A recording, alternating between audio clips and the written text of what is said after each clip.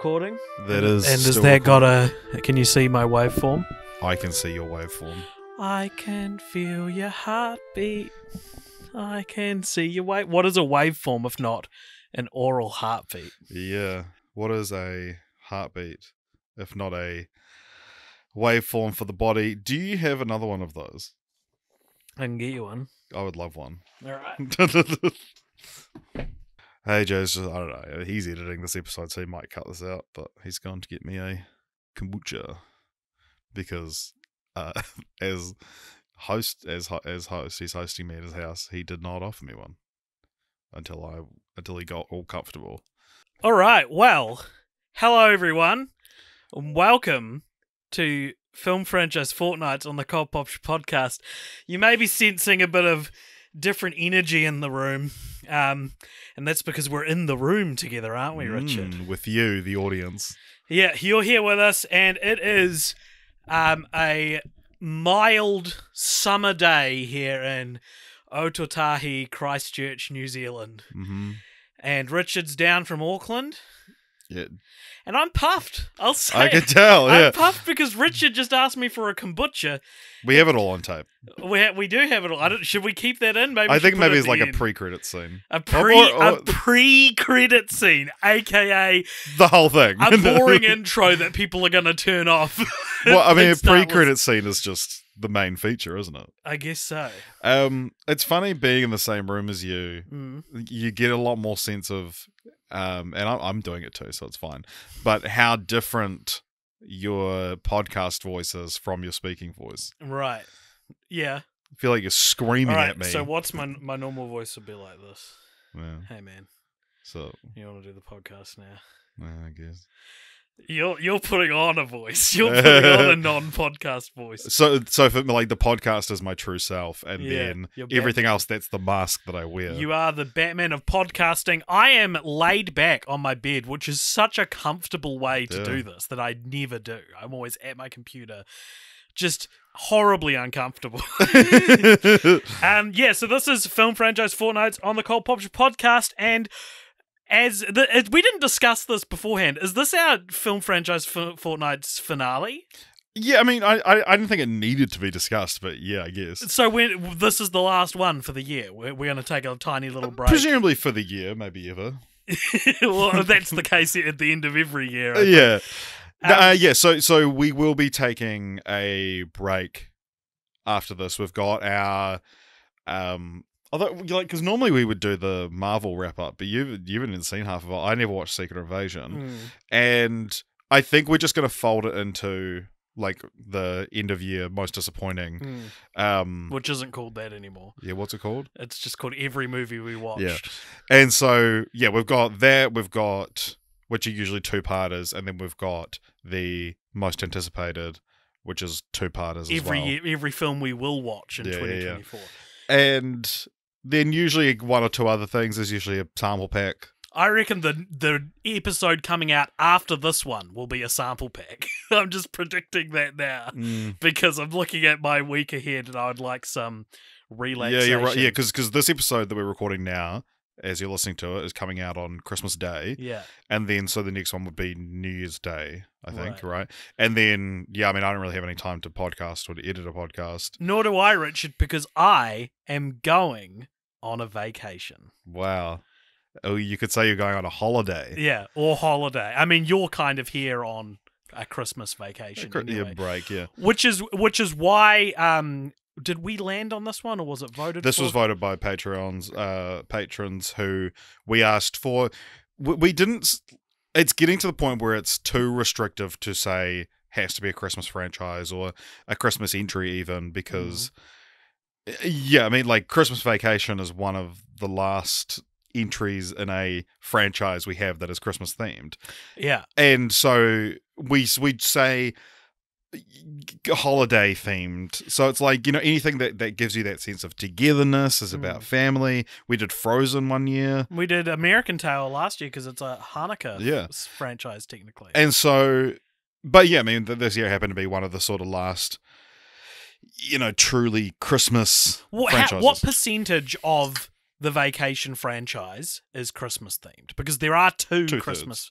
So what's that? 33%. 33%. I reckon 33% Christmas is exactly what we need to classify a Cult Popture episode as our Christmas special. It needs to be 33% Right, Christmas. Harold and Kumar was that? Harold and Kumar, there you go. Yeah. What else? So usually on this podcast, and it'll be no different today, we discuss a film franchise in all its glory.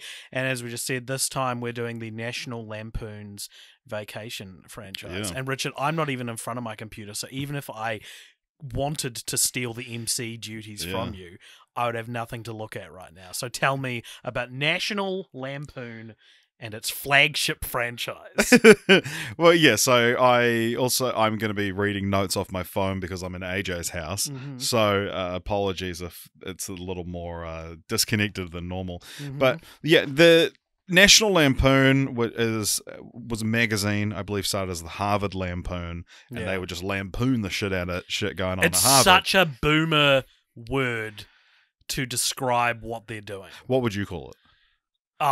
Like if I was trying the national piss take. Yeah, right? The national piss take. Lampoon is piss like... takes is a more a Gen X thing, I think. That's true. It'll be the national meme. The national meme. Because I think... the national skibbity. The like Lampoon, it's one of these things where like you watch a Roger Moore James Bond movie and you can tell that according to the British filmmakers, what they're doing in this moment is very silly. You know, it's very boomer to be like, oh, and we'll lampoon them. Yeah. It's too businessy of a word. I think we should bring back lampoon. I think let's bring it's back a fun word. Lampooning. Yeah. when you turn it into a verb? Yeah. Yeah, that's... Yeah. Anyway, I didn't do that. That's just also a word. You can lampoon. Yeah, I know, but it's funny. Lampooning is a funny word. Is it because there's poon in it? Well, I don't want to say that, but yes. Again, a word I have not heard used to describe the thing it means in a long time. Poon. Poon was very popular when I was in high school. I mean... The term. It was very unpopular, though. From my experience, very unpopular in real life. But yeah, I remember you and I watched A Futile and Stupid Gesture. I was trying to fucking remember what that movie was called. So was I. I searched National Lampoon on Netflix, and it came up with, oh, you wanted to watch National Lampoon's Christmas Vacation 2, Cousin Eddie's Big Island Adventure. Yeah, I wanted to watch the most obscure vacation movie. Yeah, but I was like, no, I wanted to watch the movie you made, Netflix, about the history of National Lampoon. It's quite a good movie. It's quite interesting, I felt. Interesting thing in it is that Joel McHale plays Chevy Chase, who obviously starred with him on Community. But, watching these vacation films now, I feel like has given me almost even more of an insight into, Chevy Chase as a person and as an idea than that did or what I knew about him beforehand. And yeah, I think that it's going to be one of the reoccurring themes of this. I've got the first 3 or 4 movies. I have a piece of trivia about each one about just what a dick Chevy Chase is. Yes. And yeah, I mean, he is known as being, he stars in these films, obviously. He's known as being one of the worst people to work with in Hollywood. Right. I remember an article a couple of years ago that was like, Chevy Chase is ready to work again. He's sober and ready to work again, but no one wants him. And it was literally like he had... It seems like he was like, wow, I've been a fucking dick my entire life. I want to put this behind me and go be on sets again and be the best person I can be. And everyone's like, no. Yeah, fair enough. Yeah. But also, I don't know if anyone's clamoring for elderly Chevy Chase.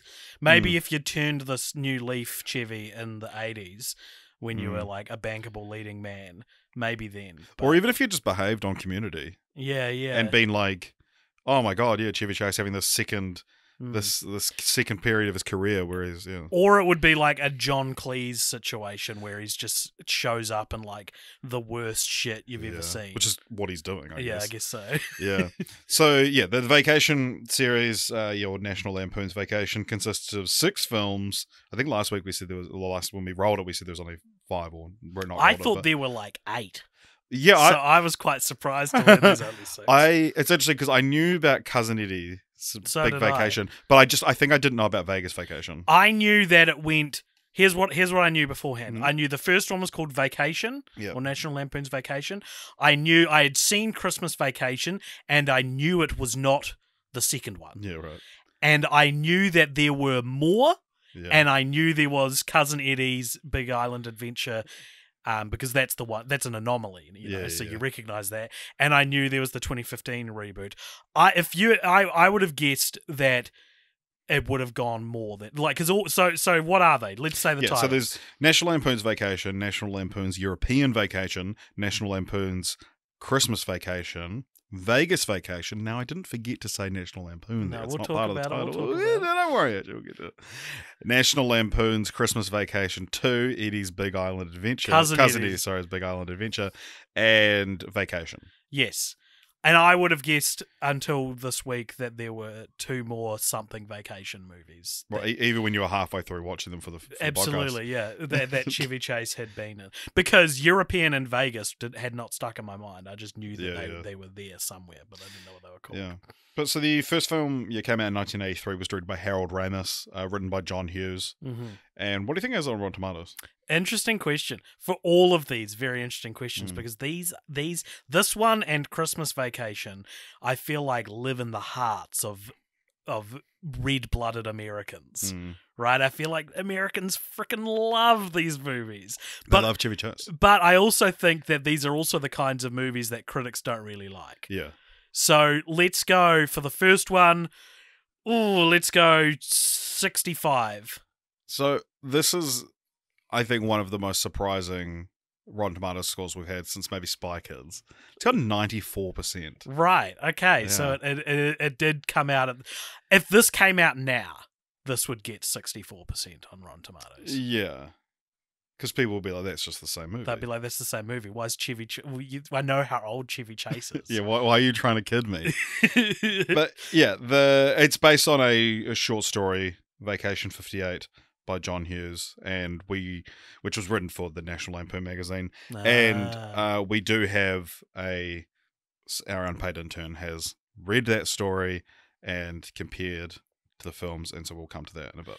Vacation 58, again, 58? Yeah, you're part of the National Lampoon, John Hughes, you old fogey. Yeah, so the period wasn't, like, it didn't come out in 58. It was a short story from early 80s or something about, I remember back in my... Yeah, but if you're nostalgic for 1958... Yeah, exactly, yeah. Like, I think what's so funny about National Lampoon generally as well is that it has these things in it which are so, like, old-fashioned, so traditional in a lot of ways. And then the comedy... it's a nuclear family. Yeah. And then the comedy is so mean-spirited. It's so mean-spirited and crass and rude. And, like, it is not the type of comedy we make nowadays, you know? No, today's comedies are all woke. Thank God, compared to National Lampoon. What is the film about, though, Asia? It is about a man played by Chevy Chase, and his name is Clark Griswold, and he is, as you say, the father in a nuclear family. Yep. So the franchise broadly is very like every man is an island. Like, you own your family. You like there's a sense of ownership that Clark Griswold has over his, like, the pride he has over his family. That means that he takes them on vacation, and et cetera, et cetera. And so, this one, he decides he's going to take his family, which consists of his wife, his son, and his daughter. He's going to take them to a theme park called Wally World, which is, they're coming from Chicago, and Wally World is in LA. And Wally World is sort of like a stand-in for Disney World, I guess. It's a moose named Wally or something. Very little is actually revealed about what Wally actually is. Yeah. And they go on a road trip to get there, and the road trip is filled. It goes well, presumably. Well, you would think. But no, basically anything that can go wrong does go wrong. It is this feels like a Blueprint kind of movie. Like, this was one of, if not the first of its kind, and it's just interchangeable sketches that happen to these characters on a road trip. Some of them are relatively grounded, and some of them are ridiculous that they borderline break the movie. And that's what it's I like think for 6 movies. It's it's slapstick at its very core. Yeah. Like what you're talking about the grounded and some being grounded, some being super wacky.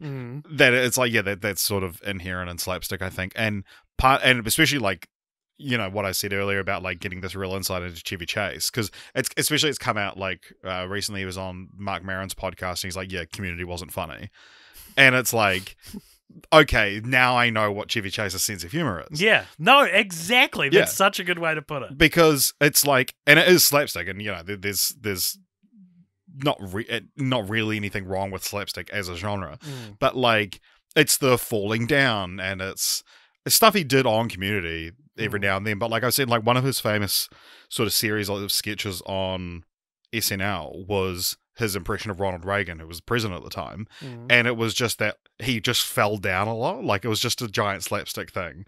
And I guess it was to be like, oh, Reagan's clumsy. But, like, he would do an address and then get up and, like, fall over the desk. And, like, that was the entire sketch, just him doing his slapstick comedy. That's why he's the king, dude. Yeah, man. I think that... but I will say that I think Chevy Chase, especially in the early films, is great at physical comedy. There's so many, like, great things that, like, take a master of the art to nail. My favorite joke in the franchise, which was, like, in the first minute or two of the first film... and this was like, I went into this just expecting to hate it. And I was going to like, oh, this is just going to be such a slog, this like dated, problematic comedy from the 80s. But then the opening is like, he's buying a new car from this salesman played by Eugene Levy. And a very young Eugene Levy. And he doesn't get the car he wants. And then meanwhile, they're impounding his car. And he's like, well, look, if you can't give me that car, I just want my old car back. And it's been crushed, but they load it up behind him. He's like, all right, yep, I'll take my business elsewhere. Off I go. And so there's one way to play that scene is like he turns around and goes, oh my God, what the hell happened to my car? Which is funny. Like, you could overplay that reaction. The other way is that like he goes, opens the door fully and tries to get in and like doesn't notice that it's been impounded. But like the exact moment that he notices that his car has been crushed is like perfect timing. He unlocks the door from like reaching through where the window has been crushed out of place, and then unlocks it. And then when he goes to grab the handle, he's like, "What?" and I was like, "Damn!" And I cackled. I was like, "There's." Well, that's what I wanted to say, because I had a certain expectation for what this movie was going to be like. We've played this game before, Richard. Look at something like Revenge of the Nerds. I think I was kind of like expecting it like that. And I think we get, every now and then, we anger the fan base somewhat, I think, of Cult Popture, because we've got a few fans who are a bit older than us, and we've got a lot of American fans for which these National Lampoon is an institution. Yeah, it's a national treasure. It's a national... Yeah. See, I was thinking I was going to try, and then I just went no. And I failed. I followed you in there, and when I got to the end, you were gone already. I was like, oh, all right, I'll leave too then. What my point is that, like, I think some people sometimes think maybe we're a little bit unwilling to... we don't have a sense of humor, or we certainly don't have an American sense of humor. But, hey, look... For all of these movies' problematic jokes, of which there are plenty, but certainly not... I can't think of anything that really, like, skyrocketed my alarm bells. Nothing, like, way less than I would have thought. Yeah. I'll say this. Chevy Chase is really good at doing them. Yeah. Chevy Chase is really good in them. I didn't find them unfunny. I found National Lampoon's Vacation, if we're comparing it to something like Revenge of the Nerds, which is the same time period. Yeah. Roughly, yeah. So much funnier than Revenge of the Nerds. Exactly. Yeah, God, so much funnier. And I, until about just after the halfway mark, I was like, I had a pretty good time with these movies. I think there is something about them that really appeals to me. And it's this whole AJ always talks about titles kind of thing. But let's dissect my title obsession, because the title obsession is a surface for what I'm more interested in, which is like the idiosyncrasies of a franchise. Pattern recognition. Huh? Pattern recognition. Patent recognition. Pattern. Pattern recognition. I thought you were saying patent. Yeah. And I was like, we can patent it if you want, that I'm Yeah. recognizing these things. But Just no, let's patent the word recognition. I like neat, categorizable Yeah. things.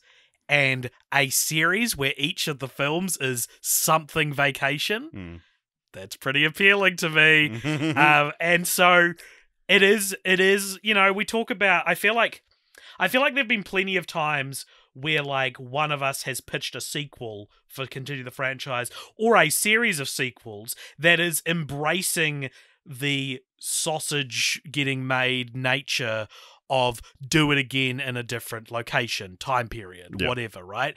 And Vacation is kind of one of the only pure examples of this just happening already. Usually I'm saying The Mask should have had sequels that defined the time period they were released in, But it's like with Vacation, and the Vacation movies go for like over like 15 years in the golden age, I would say. Of the original series. Yeah. So like over a long period of time, Chevy Chase made the same movie 4 times, but tinkered with one of the elements each time, and that's great job, great idea. They're not all as good as each other, but it's like the reason as I said before, I thought there were like 8 of these. I kind of would pretty happily watch like National Lampoon's I don't know, Scandinavian Vacation.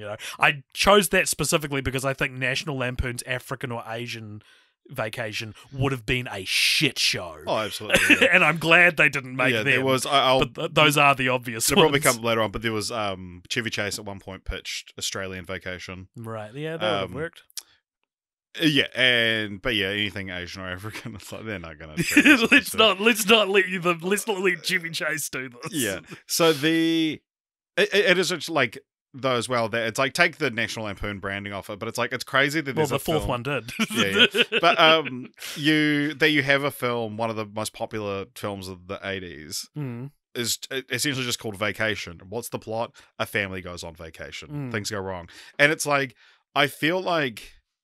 You know what it reminds me of? What? Eat the Witch, where it's like a short film you made when witches are getting ordained nowadays, you have to pick really specific things to have dominion over because all the good ones are already taken. But it's like I feel like you can't make a movie just about a nuclear family going on vacation now because it's like we're not interested in that anymore as a society. And take Vacation 2015 as an example of that. Wow, here's the mistake Vacation 2015 made, right? I'm going to tell you a little anecdote from my life, my professional life. Wow. In, I want to say 2017, it may have been late 2016, I was part of a production crew, and we got commissioned by Haraway's Oats, which is like New Zealand Quaker, to make a commercial for them, right? I don't know if I shown you this before? No, I remember you telling me about a couple other ads, but... I wrote a script for a televised commercial, which is kind of this cool like thing to my name that I just don't really tell people. So, it was made? It was made. Oh, wow. Yeah.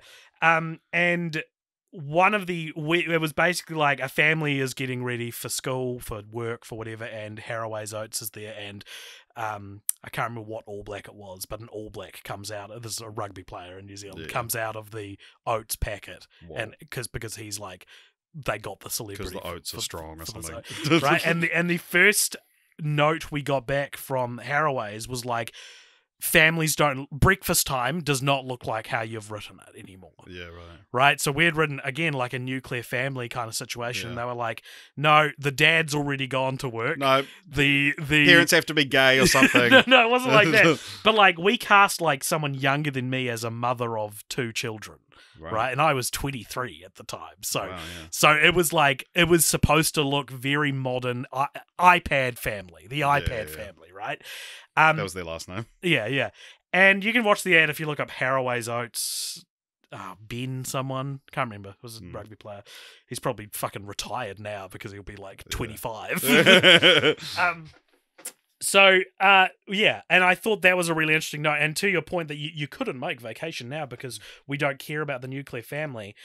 I think the problem that Vacation 2015 makes is it's still about a nuclear family, and families look so the nuclear family is melted down now. Yeah. Well, I mean, it's not so much the nuclear family thing. It's just that making make a film without a hook. Mm. That it's like, oh, we're gonna you're pitching a film to me. This family wants to go on a vacation. You don't even need to tell me what the family looks like. And then they go on the vacation, and it's comedy. Yeah. What's the hook? I see what you're saying. You need... It's from an era of comedy where the title and concept vacation was not taken. Yeah. So you mentioned earlier about Wally World being a stand-in for Disneyland, and that is one of the things from the original storyline was that it was actually Disneyland. Right. And it says legal reasons, but one thing I read, and I'm wondering if you can guess what I'm told is the main reason that Disney objected to it being them in the film. Well, I would guess that it's because it's like a sex comedy and that it's an R-rated comedy. It's an R-rated comedy. So only the first and most recent one are R-rated. Really? Yeah, the rest aren't. They certainly seem like they should be. It was a different time. No. Is that why? No. So is it because when they actually do get to Wally World at the end of the film, they hold a security guard at gunpoint because it's closed and they're so desperate, so they hold a security guard at gunpoint so that they can still ride the rides. And he's played by John Candy. John Candy. Was it John Candy or Chris Farley? John Candy. I always mix those two. Two fat SNL alumni who died early. Was John Candy on SNL? Wasn't he? I don't know that he was. But I'm thinking of fucking John Belushi, yeah. which is the other Jim Belushi, according to Jim. No, yeah, Jim Belushi's that. So John Belushi, John Candy, and Chris Farley. I'm always tripping over those dudes. Yeah. He hosted twice, but you mentioned the correct answer there as part of that, but apparently, Disney just objected to the idea that they would be closed. Not the gunpoint. Yeah, because Disney is open 365 days a year until they closed, I believe, for the JFK assassination and for COVID. The day of it, they were like, guys, people should not be riding the teacups right now. The president is dead. No, they closed it the morning of, before it even happened. They closed it for the JFK assassination. Wow, that's very thoughtful of them.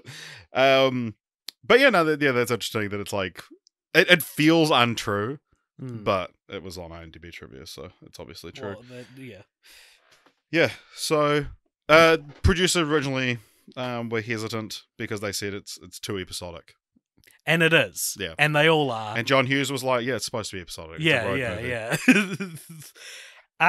I've got sort of an analysis that I'm really itching to get to about Clark Griswold as a character, but it's maybe makes more sense to talk about in the European vacation conversation. Mm-hmm. Okay.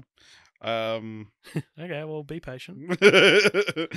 There's one really important thing that we should get to for this film, but less important thing, how it's like the first episode is when they take the wrong exit, end up in the hood, and then there's a group of black guys and they steal the hubcaps off their cars and give them the wrong directions. Harold Ramis greatly regrets that scene and says that it's the most politically incorrect sequence he ever shot, and that he wouldn't have done it if he'd done it later on, or he would have written it out or done something more politically correct. Well. Who said that, sorry? Harold Ramis. All of these people except Chevy Chase are dead now, so I don't know. No one can answer for their problematic crimes. Well, that's all, on the DVD commentary, so it's presumably not that long after the film. It's not unless it was a re-release or something like that. It wasn't. Well, they probably didn't record a DVD commentary in 1983. Yeah, probably not. So it was, it would have been probably early 2000, maybe 20th anniversary or something like that. 2003. I reckon that sounds likely. Yeah. So just in time to tie into the release of Christmas Vacation 2, Cousin. Yeah. Big Island Adventure. So one thing that's important to note about this film that you might find interesting is that the ending that you mentioned, where Wally World is closed, they hold John Candy at gunpoint and then get it to ride all the rides. So the original ending of the film, which tested very poorly with audiences, shouldn't have had that kombucha. Was tested very poorly.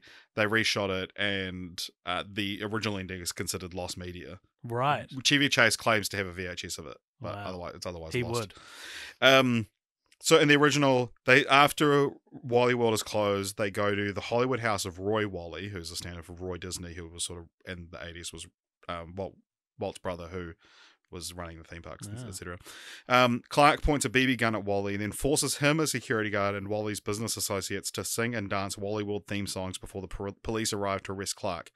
The girl in the red Ferrari, who we even mentioned, Christy Brinkley, in her screen debut, and it's just this hot chick who keeps popping up and wants to get it on with Clark. She turns out to be Wally's daughter, and she convinces him not to press charges against Clark. On the plane ride home, the Griswolds realize they are on the wrong flight. Clark snaps and hijacks the plane. This did not go over well with test audiences, so the scenes of the park with John Candy were a last-minute alternate ending filmed over 2 weeks, 4 months after the production ended. And if you look closely, you'll see that Anthony Michael Hall, who plays the son, Rusty, is the same height as Beverly D'Angelo, the mum, in the whole film, and then like way taller than her because he had this massive growth spurt in those 4 months. Amazing. Yeah, but there is in the end credits, it shows like snapshots of their vacation, and there's a shot of them on the plane, which is from the original ending. Right, I see. Done my IMDb trivia. Haven't used Kevin Dollars in a while. Yeah. The theme song for the film is this Holiday Road, which I fucking love. It's a great song by Lindsey Buckingham. It was written for the film. And it says, the holiday in Lindsey Buckingham's song Holiday Road is the British word for vacation. Yet the film takes place in America, where holiday and vacation are two different words. Interesting. So let's talk about that because they're also different words everywhere. Yeah, technically they are different words. Yeah. But if you're looking at like something, and maybe this is jumping the gun a little, but something like Christmas Vacation does not actually have a vacation in it. Yeah. But if you were to call that movie Christmas Holiday, I wouldn't even realize. Yeah. Because to me, the holidays mean the time period as well as going on a holiday. Yeah.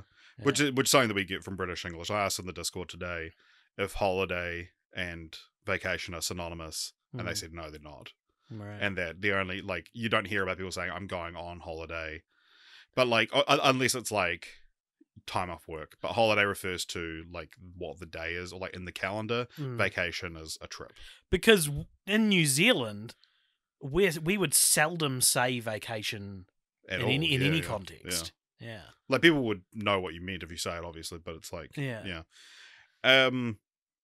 I do have do want to refer to our unpaid intern, vacation marathoner, and lost Addams Family member Rachel, who read the short story and watched all the films. I messaged Rachel last night when you and I were watching the films, and I was like, "Oh, by the way, we're recording in like 20 hours." And then so Rachel was like, "Oh fuck, I have 4 of these things to watch, so I just watched them all in the last 24 hours." Oh my god, Rachel, you don't have to. So we're glad you do, though. We're glad you do. In the short story, the mum insists on the road trip rather than flying. Right. Interestingly, there's it is Disneyland in the short story as well. The first line of the short story is, "If Dad hadn't shot Walt Disney in the leg, it would have been our best vacation ever." Right, so the short story has the original ending. The original ending, right. In the movie, they start out at Chicago, Illinois, and travel 2,460 miles to California. In the short story, they start out in Grosse Pointe, Michigan, and travel 2,448 miles to Anaheim. So the film extends their trip by 12 miles. There's 4 kids in the short story. 4 kids? Yeah. There's Patty, Clark Jr., Missy, and a baby named Mark. Again, I'm just, as I always do, I am skimming over these. I'm sorry, Rachel, but I do appreciate the work. The scene I mentioned in St. Louis where they get their hubcaps stolen is actually more racist in the... great. It's more problematic, but to a different minority group. It's Native American men. And the dialogue is all written in that very, like, accented, like... phonetically how you would say that. Phonetically, the funnest way to be Racist. racially insensitive. They hold the family at gunpoint while stripping their car of parts, throwing beer bottles and cans at them, and sexually harassing the mum and eldest daughter. Right. Very cool. So that sounds like we're missing out on a lot by not reading this short story for the National Lampoon. Yeah, the girl in the red car is not in the story as well, and the ending is very similar to the original ending I told you. Yeah. But yeah, there's just a bunch of scenes moved around and whatnot. So that was a short story written by John Hughes. John Hughes hadn't written another story about a European vacation, so he didn't return for the second film, which was called National Lampoon's European Vacation. Came out a year later in 1985. This time directed by Amy Heckerling. Amy Heckerling, who we've seen before, whose filmography I've just sort of slowly seen over the course of my life. Yeah. Because she just pops up in things like the Vacation franchise. She directed Look Who's Talking. Look Who's Talking. Did she direct the whole trilogy? She definitely directed Look Who's Talking too. Yeah, she did all of them, yeah.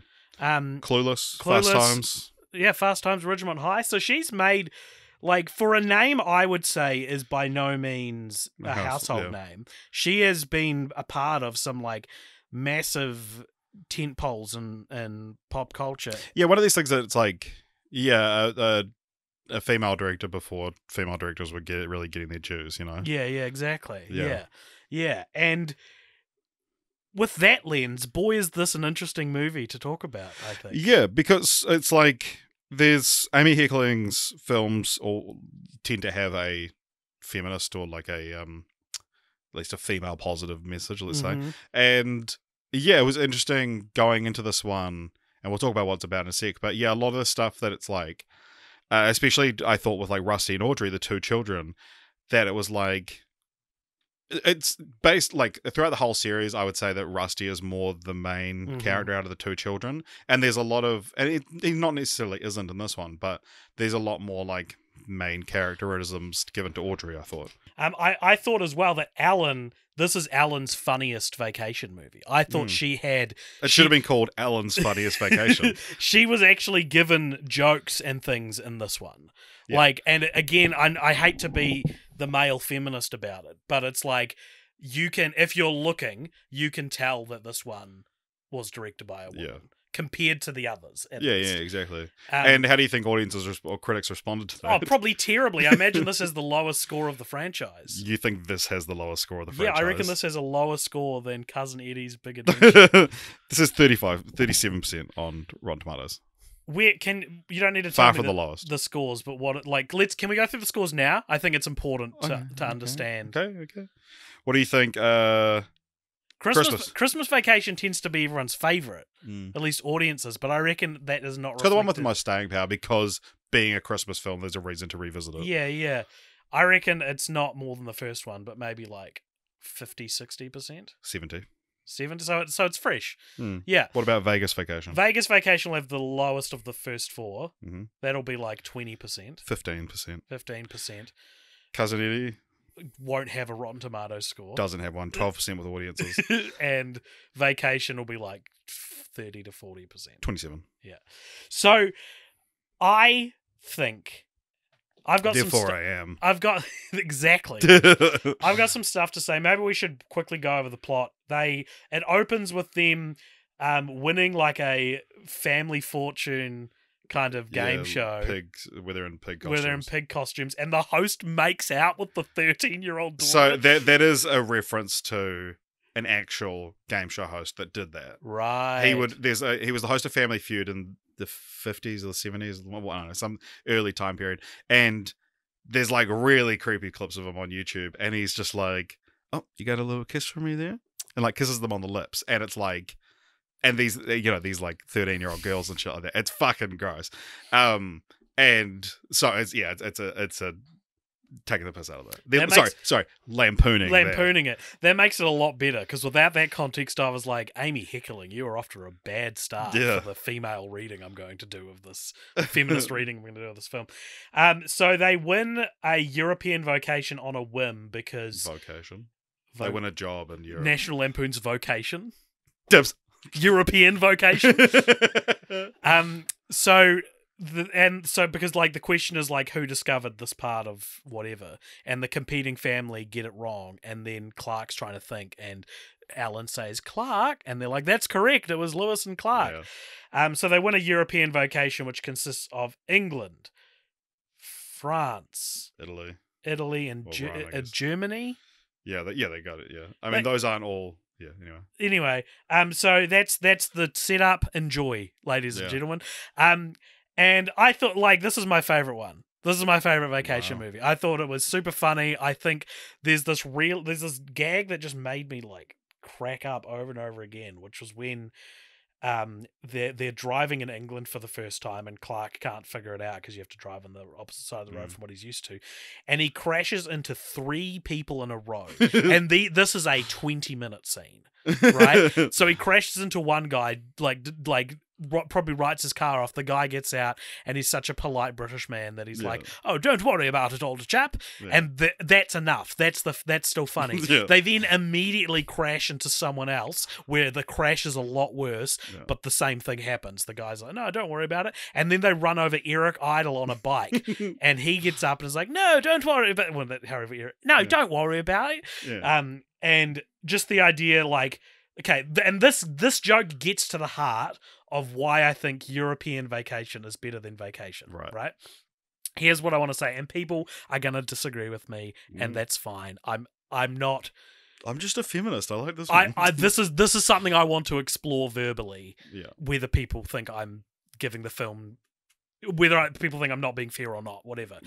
I think that the thing that kept me back from truly enjoying the first film is that it feels like whoever the voice is, whether it's Chevy Chase, John Hughes, or Harold Ramis, the joke is not, or the joke tends to be, God, we're straight white American men. We can do anything. And no one can, like, we can destroy lives, and it's funny because classic us. We have this power. We have this privilege. That's where the joke seems to be. Vacation feels like it's a movie about how great it is to be an American man because look what you can get away with. Like the joke's not on him. Right, exactly. Whereas this joke in European Vacation, it started me thinking about like how if you told me that I'm about to watch a movie that's from an American perspective where a bunch of Americans go around making fun of Europeans, I'd be like, God, look who's talking. Potentially. But you know what I mean? It's like Americans are just as lampoonable as if not more lampoonable nationally as the British. So you see a joke where they go, British people are so polite, they won't even care if you crash into them. And there's a part of me that gets angered by that, and I go, well, American people are blah blah blah blah blah, right? Right. But then the movie kind of goes, and so I interpret Amy Heckling's direction of Clark Griswold as a character. Harold Ramis's direction is, look how great it is to be an American man. Amy Heckling's direction is, aren't American men ridiculous? And everyone's ridiculous, including, but no more, I would say, than Clark Griswold, who is just becomes a symbol of the America we are all thinking of when we make fun of America, you know? And that, I think, is why Christmas Vacation is so good. Well, why people think it's so good as well. Because without Amy Heckling stepping in and being like, Clark should be the joke. I don't think Christmas Vacation would hit as hard as it did, because that interpretation of the character, whether Chevy Chase knows it or not, is what is kept from the sequel onwards. Interesting. And so that people, European Vacation feels like it's the on Stranger Tides of the vacation. It's the one no one remembers. It's probably the one no one really talks about. Maybe Vegas is less memorable. But I think it is instrumental to the success of particularly Christmas Vacation. And it's one of these things where it's like, the first one's probably more recognized and iconic, but Clark Griswold as a character, I think when we remember him, we're remembering Amy Heckling's. It's one of those things where, like, when it goes into the public domain, it'll be like, you actually can't use him being the butt of the joke because that comes in the sequel. When Clark Griswold enters the public domain. So that was my main takeaway, was like, this is much better because it's not fun, and Americans took decades to figure this out, and they do it now, and it's whatever. But like, it's not fun to watch an arrogant asshole win. Yeah. Right? It's not fun. And Yeah. Amy Heckling went in and we were, what if he fucking eats shit on the way as well? Yeah. And like, it's just, it's so much more fun to watch these movies thinking of him as a pastiche or a lampoon. instead of him being what he is in the first one, which feels like it's saying like, this is just what people are like. Yeah. It's interesting because it's like part of it, I think. It's self-awareness. There's self-awareness to the sequels that I don't think... there is self-awareness. I would be a fucking loser to say Vacation has no self-awareness in it. Yeah. But I'm just saying it's one of these things where it's I think it's turned up. Yeah. Because I don't think that what you're describing is completely absent from the first film. But it's interesting you're talking about like watching an asshole be an asshole. That there's Stephen Fry talks about it, and I might have even spoke about this on the podcast before, but it's actually referring to something in a National Lampoon film. Animal House? Animal House. Yeah. That like that whole film was John Belushi. I keep getting mixed up with Jim or John. Maybe According to Jim will be my thing in 2024. But there's a scene in that where he takes this guy's playing the guitar, very sort of like a hippy dippy kind of playing the guitar. The exact type of person that boomers in the 80s fucking hated. Yeah, exactly. But and John Belushi grabs his guitar and smashes it against the wall, and you go, fuck yeah, like you shut that guy up. American comedians want to play the John Belushi character. British comedians want to play the guy getting his guitar smashed. Yeah. Because it's funnier to be put upon. Yeah. Yeah. Yeah, and I could also start dissecting what I don't like about British humour right now, but I won't. I won't do that right now. But I actually do have some thoughts about I that actually too, have. but I shall save them for another day. The British Isles may rest easy tonight. I shan't be lampooning them today. I guess what I'm saying is like, you know, the thing where it's like, hey, you know what? A man making an ironic sexist joke is also... It's also just sexist, right? And it's sexist against men. you're making us look bad. And I think that's how I view First Vacation versus the sequels, is like, yep, I get that you are not unaware that he's an asshole, but you will... Chevy Chase is just like this in real life, you know? Yeah. Oh, I forgot to mention, I had a piece of trivia for the first one that was... one of the opening scenes when they first head out on their holiday and it takes them a while to like back out of the garage and stuff, that was filmed on like a really hot day. It was like this horribly thing. There's it was the whole thing was filmed during this insane heat wave apparently. The old woman who plays Aunt Edna in the film had a stroke on one day and just like couldn't remember what they shot that morning. And they're like, oh fuck. But Harold Ramis, when they were filming that, the backing out, Chevy Chase threw a suitcase at Harold Ramis. But then apparently Harold Ramis just caught it, and then they were able to like laugh it off, and then smooth sailing from then on. God. But yeah, the levels of toxic repression there. Yeah. But and they're comedians. They're supposed to be like in touch with this stuff. Yeah. And according to Chevy Chase, he and Amy Heckling did not get along during filming. I bet. Amy Heckling once said that she disliked Chevy Chase so much that like part of her condition for like doing the film was that she refused to step on set unless she had a plane ticket to New York City in her hand so that she could leave anytime she wanted. And I don't know, I think look at something like Community as well. I think Chevy Chase has to be directed by someone who fucking loathes him for him to be like effective and something. Yeah. Well, it's that thing like what Paul Thomas Anderson does so well as well, that it's like, and the Safdie brothers have both done with Adam Sandler, that it's like understanding why people hate you and using that for Punch Drunk Love and Uncut Gems. But yeah, what I mentioned before about Australian Vacation, this is such a relatable story. That Eric Idle and Chevy Chase became friends after filming Wrapped. Shortly after the release of this movie, Idle and Chase began work on a screenplay for a follow-up called National Lampoon's Australian Vacation. Aside from a few shark-related gags, neither could come up with much, and the project was cancelled. It was abandoned. It just would be like, oh, let's like lock ourselves in a room, like we're not leaving until we come up with Australian Vacation. And they're like, what if they get eaten by a shark? And they're like, oh yeah, what if the shark like gets eaten by another shark? And then, piles of cocaine Yeah. they've gone through, and then Yeah. they're like, let's like Just I two got guys nothing. who've just never been to Australia. Yeah, they're to like pitch sharks. Sharks, kangaroos, yeah. And that's it. Did you notice in the film?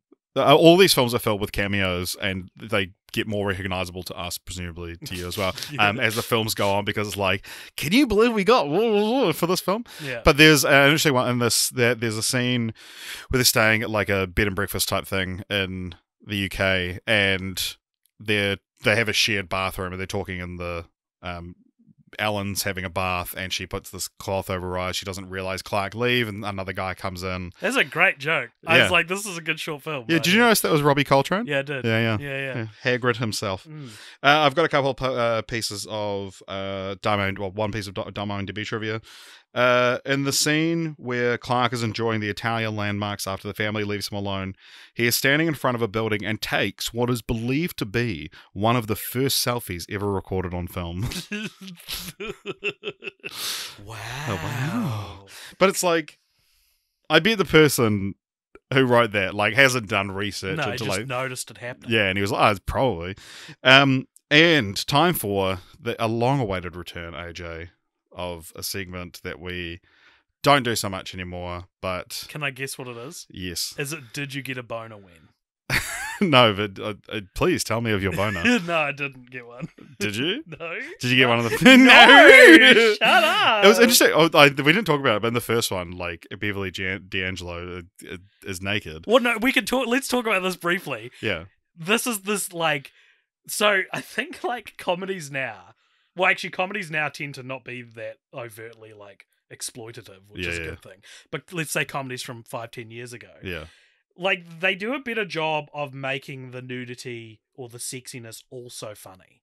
Yeah. For movies in the 80s, it's like, right, screech the comedy to a halt. We've got to just do something that's sincerely sexy for a couple of minutes. And it's insane. It's ridiculous. Yeah, but like Fast Times at Ridgemont High, another Amy Heckerling film with the Phoebe Cates theme. But yeah, there's like Christy Brinkley refused to appear naked, so she strips down too. She skinny dips, but you don't see anything. But it's like, sorry, this is in the first one. yeah, right? the first one. During the scene where just your movie's protagonist is openly trying to cheat on his wife. Yeah. This is what I'm talking about. Yeah. The first one doesn't really make fun of that. Yeah. It's just like, yeah, buddies, this is what you can do when you're a hot-blooded American when you're on dad, vacation. You know? But yeah, then it's like Beverly D'Angelo just randomly is naked. Just pointlessly naked. Yeah, Which, an actress who I only know from she voices Lurleen Lumpkin in The Simpsons. And when she sang in the first film, I was like, oh my god, it's Lurleen. Wow. But it's a different segment. It's not Did You Get a Boner When?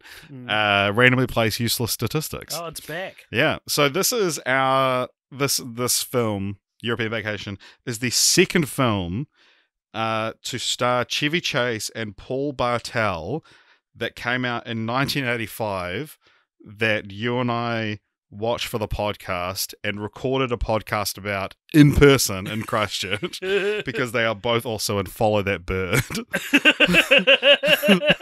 I would have never guessed it was Follow That Bird. Amazing. Yeah. Anything else to say about European Vacation? I did think of... so one of the subplots of this is that at the start, Clark films Alan doing a striptease on his, like, brand new home video camera, which is ginormous. And at first I was like, oh, funny joke. And then I was like, oh, this is just what cameras looked like in 1985. And she's like, okay, you have to erase the tape. And he's like, yeah. And then the camera gets stolen by a tourist in France. Yeah. And she's like, you deleted that footage, right? And he was like, yeah. And then later she turns up on like a sexy lingerie billboard or something. All of that, first of all, it's not bad. Not a bad story engine, I thought. Mm-hmm. And you could so see, like, if you were desperate to tell someone to try and make this movie sound like it's about something, you could be like, oh, it's about that. The exploitation of women. Well, no, I don't even mean that, like, philosophically. I mean, like, the log line for this movie could be, after filming a risky tape of his wife, I would buy that movie. The camera gets stolen, right? But also, like, I don't know, that still happens today. Like, it's like an revenge ancient, porn. And, an ancient version of, like, a problem which would become much bigger in the years to come, you know? Yeah, it was... also, one thing interesting about this film is that It knocked Back to the Future off the top spot at the box office when it came out. Yes. Back to the Future was at the top of the box office for 3 weeks, and then this overtook it for 1 week, and then Back to the Future went back to the top for eight more weeks. Amazing. What a statement on what European Vacation as an entity is. Yeah. You know, good enough to knock him out for a week, not good enough to stay there. So, yeah, how many years later? 4 years later, we got National Lampoon's Christmas Vacation, came out in 1989, as I mentioned, 70% on Rotten Tomatoes, directed by Jeremiah S. Chichik. The first one, Harold Ramis, second one, Amy Heckerling. You'd think that, because you don't often get heavy hitters doing third or more, part 3 or further. And in this case, you also don't. But I just think that Christmas Vacation is such a place in people's hearts. Yeah. And yet it's directed by who? Jeremiah S. Chichik. Yeah. Funny you should bring that up because I do have a response to that. So that's podcasting, baby. Christopher Columbus was actually initially that makes Chris sense. Columbus, I should say, to direct the film, but due to a personality clash between him and Chevy Chase, he left the film and was replaced by Chichik, as repents for that, John Hughes gave him the script to Home Alone.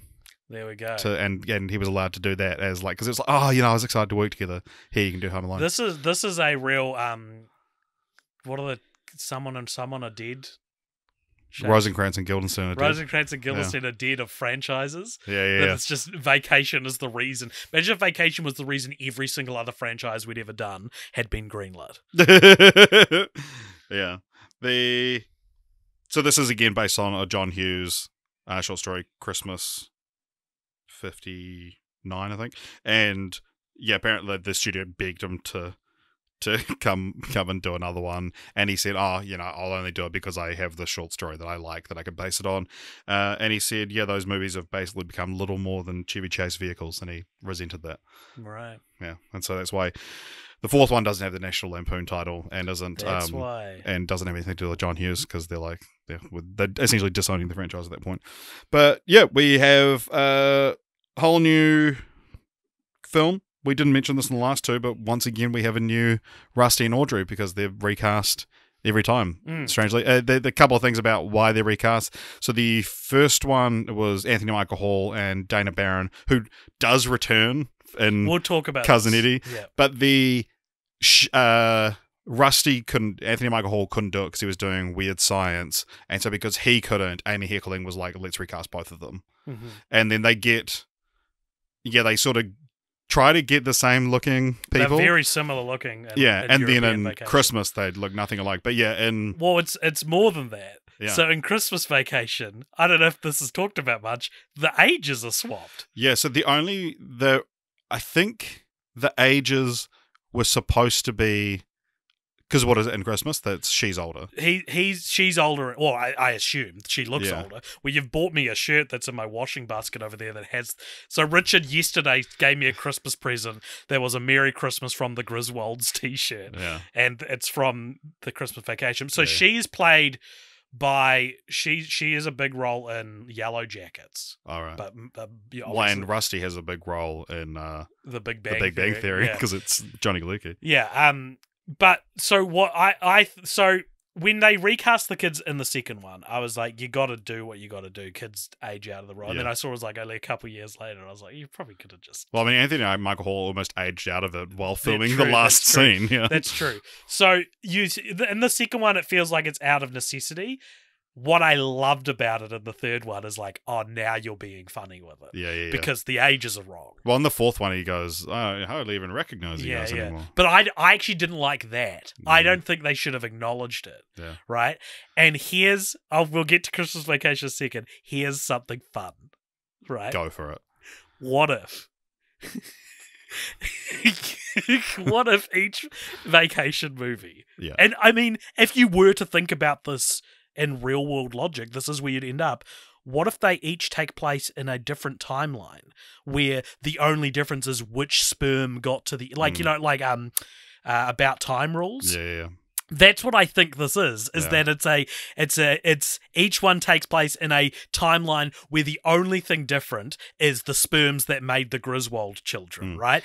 And what I love about this is that it really speaks to the heart of the multiverse theory. And I'm not talking Marvel multiverse. I'm talking before the multiverse was like this tired fucking pop cultural trope, right? Like, because if any and all outcomes are possible and are true in the multiverse, right? Yeah. Then what I love about this is we are specifically watching the universes where Clark Griswold, who looks like Chevy Chase, married Ellen, who looks like, what's her name? Beverly D'Angelo. Specifically, also their cousin Eddie also looks like Randy Quaid. And so it's like, it's not even like the whole thing's different. It's just, no, this is there was some nexus point. So the nexus points are still intact, and it's just every so often. Because then in Christmas Vacation 2, Cousin Eddie's wife is recast, but then the original Audrey from the first film plays Audrey. Which is also like speaking to the specificity of what the multiverse would actually look like. That no, it's not just in one universe you look like this, in another universe you look like this. It's in some universes, in infinite universes, you look exactly the same, and everything's exactly the same, except this one thing's different. And in even more infinite universes, which is a real thing.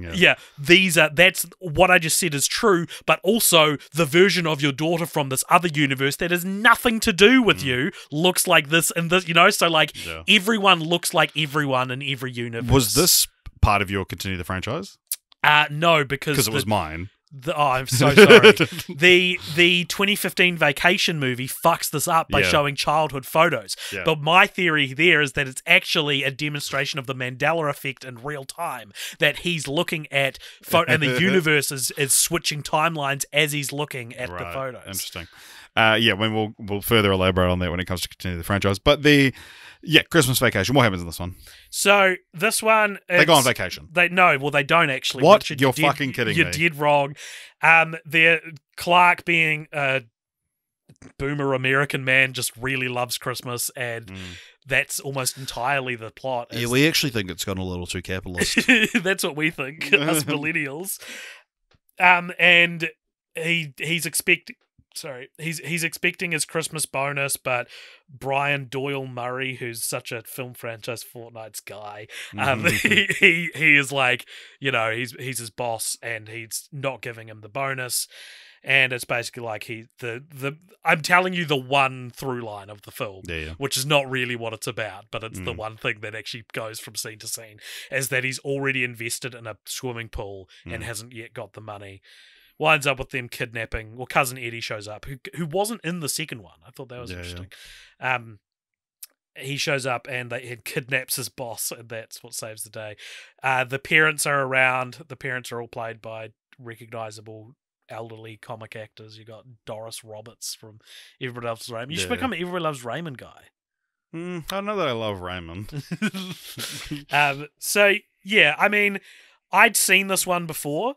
And my memory of it was, it's not really a movie. It's a Christmas-themed sketch show that's about the same characters. Yeah. And watching it again now, I'm like, there is a bit more connectivity than I maybe gave it credit for. Like, the first one was called Episodic, you said. And, if that's true of the first one, it's definitely true of the third one. But, I don't know. I quite liked this. I thought it was, I thought this was a good movie. Yeah, I didn't really like this one. Interesting. So you took ages to finish this. You actually watched the rest of the franchise before finishing. Yeah, I finished it a couple of hours ago. Then I fell asleep. So unhinged and not at all like what we've done ever. Yeah, but then you came up on Letterboxd and you only gave it 2.5 stars, and I was like, what? Yeah, because I really liked the first one. I had a great time with it, and then none of the others really did anything for me. I thought you'd be a Christmas Vacation guy. All of the other ones were what I thought they were going to be. Right. But the first one, and maybe it's just because it caught me off guard in the first couple of minutes. And then I was like, okay, all right, I'm going to try being invested in this. Yeah, but Christmas Vacation, I think just the disjointed nature of it, the just watching it and watched the first hour of it in Auckland and then the last half hour of it in Christchurch after watching the rest of the franchise. One of those films where I'm like, am I just lost or is this not about anything? Christmas Vacation. Yeah. I don't think it's about anything. I think it's just like get in a room and come up with 40 different vignettes about Christmas. Yeah, I guess, I didn't like that. There's the famous scene in it, which I'd seen before, when he goes off on this tirade about his boss and he calls him a bunch of different names. And then he's like, hallelujah, holy hell, where's the Tylenol? I think where's the Tylenol's a funny thing, but it's one of those, like, it's just him saying a bunch of words. Again, it's boomer humor. Yeah, it's boomer humor. It's the same as swearing at the person at the car rental in Pines Trans. Yeah. It's Lampooner boomer humor. Yeah. They actually tried to get the same, I think, was it in Vegas? Maybe. But they tried to get the same actress that from Planes, Trains and Automobiles that does the You're Fucked. But they instead, they got... For who? Which character? It's maybe the desk clerk in Vegas, the clerk at the Mirage. Oh, right, yeah. But I can't remember the actress's name, but she was on SNL, Julie Sweeney, and she plays her, and she's a natural blonde, but they gave her a wig to look more like that actress, because they wanted her to be a callback.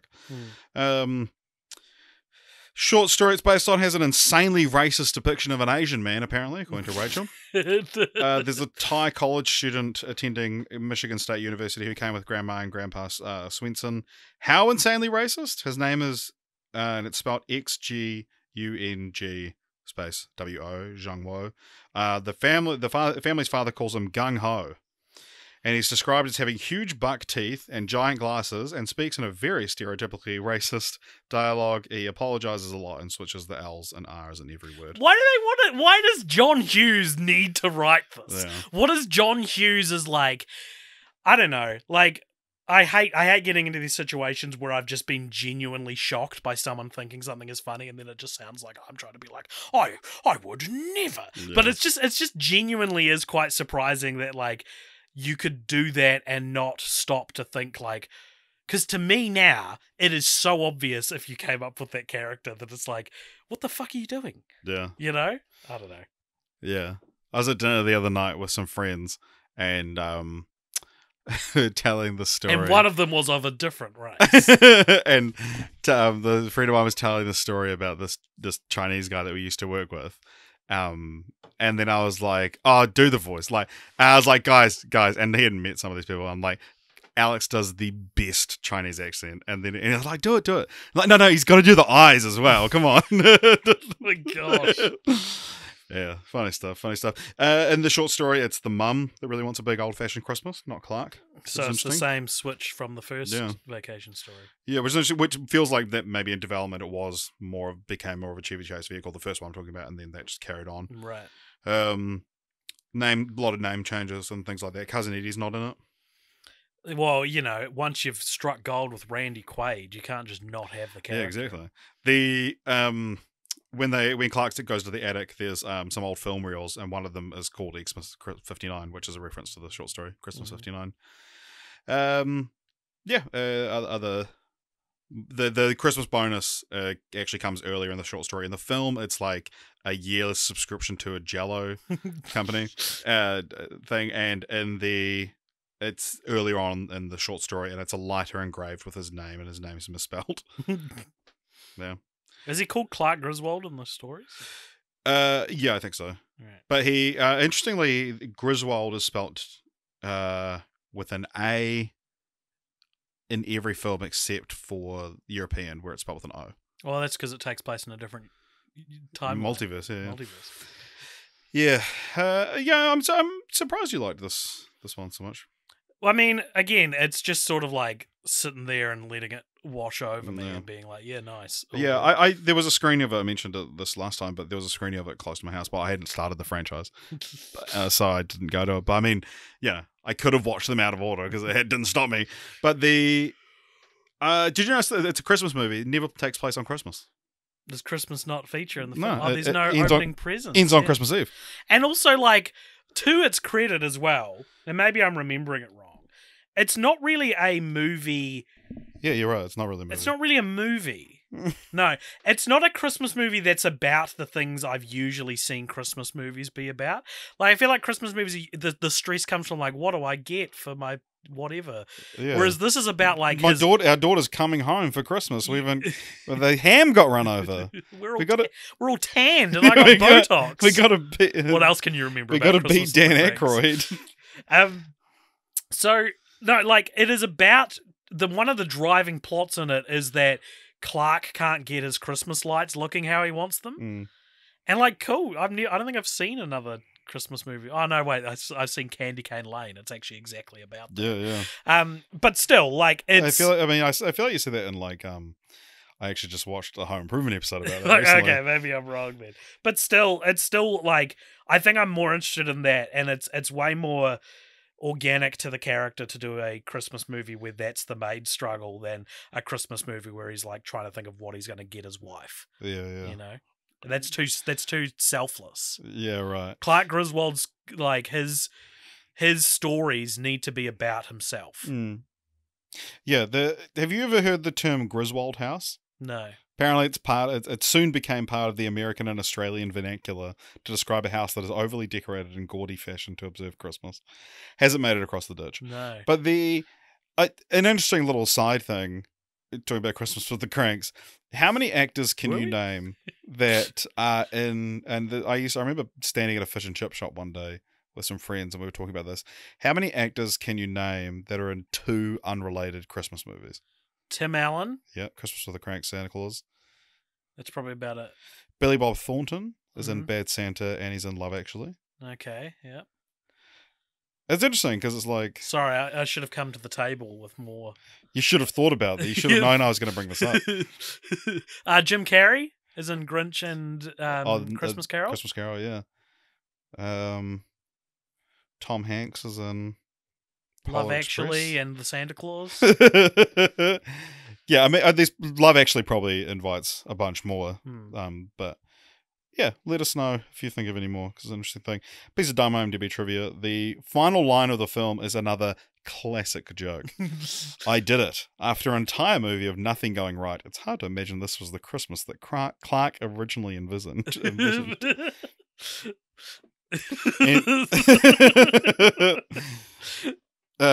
Next up, we got Vegas Vacation. This one came out in 1997, so it was like 8 years later. It's quite a yeah, massive jump. Yeah, and we've dropped National Lampoon, so they just stopped. Do you want to talk about titles? Fuck yeah, dude. Yeah, fuck yeah.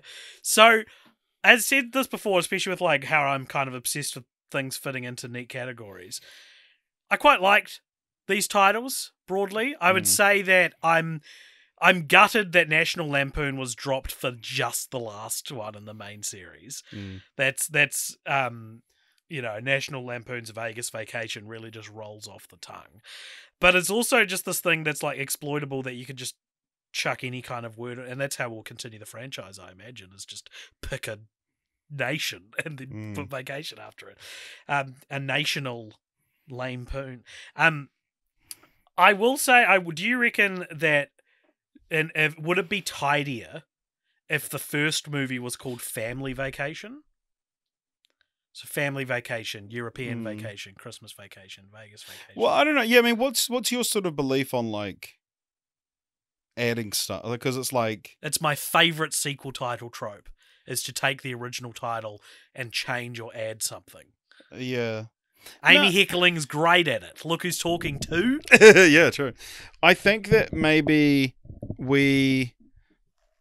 Like... Yeah, I don't know. I guess I just don't really like Family Vacation as a title. No. But then also I don't like Vacation as a title. Right. Ah, okay. I just think Vacation's like... What should it be called? It should be called Family Vacation. But that's separate to what the sequel should have been called. Yeah. Clark's Wacky Adventure. That's not that different from what one of the films is actually. Yeah. Maybe Home Vacation. Why? Because I'm past Family Guy now, and right. that's why I don't like it being called Family Vacation. So there's a few layers to that joke. Yeah, but I was not on the same Yeah. story as you. Yeah. So yeah, I don't know. I mean, I guess Family Vacation works. I'm just saying if all of them needed to be something Vacation, I think I would have found that slightly neater, but I'm fine with Vacation. My problems more lie in National Lampoon being dropped from Vegas Vacation, which is also like, well, you should probably just shouldn't have put National Lampoon in front of fucking any of them. It's a weird, like, it's weird that they're known as that so definitively. Yeah. You know? And Christmas Vacation 2, Cousin Eddie's Adventure, I guess. Big Adventure. National Big Island Adventure. Big Island Adventure. That one's interesting because it's like, is this Final Fantasy rules? Like, that to me speaks to my theory about the multiverse. There's like Final Fantasy 10-2. Yeah. Is it like that, where it's like, because it kind of is that, right? Because it's like it's taking a specific sequel and being like, we are specifically sequeling this one. Yeah. You know? But we're having a returning actress. Well, it should have been the Yellow Jackets girl, really. Yeah. Because that would be the way to do it, because it's like Christmas, the Vacation movies. I said Final Fantasy, but it's also like, this is Zelda rules. This is what every Zelda sequel is just a remix of the same idea and not explicitly continuing on. And it's like, of all the franchises we've covered, I don't remember another one being like this, and of all of them to have this very almost poetic, spiritual approach to the idea of sequel. It's very funny that belongs to National Lampoon's Vacation. Yeah. You know? Yeah. So Vegas Vacation, as I said, 15% on Rotten Tomatoes. It was directed by Stephen Kessler. Mm-hmm. No relation. But the what's it about? Clark is rich and wants to go to blow it all on Vegas. He convinces everyone to go to Vegas for a vacation. No one really wants to, but he convinces them to anyway. The kids are recast again. I think they're back to now they're very close in age, and it's quite hard to tell who's the oldest. I thought they should have made Rusty the daughter and Audrey the son, and just never acknowledge that those aren't the typical gender names. Right. That to me is the expansion upon swapping the ages in Christmas Vacation. So yeah, I think that's basically it, Richard, I think. They were gone. It's a lot more like the trope of them all being sort of separated and having their own adventures. There's not as much of them doing stuff together. Clark's is that he loses all this money. Alan's is that she's being courted by Wayne Newton. It's funny, man. It's funny stuff.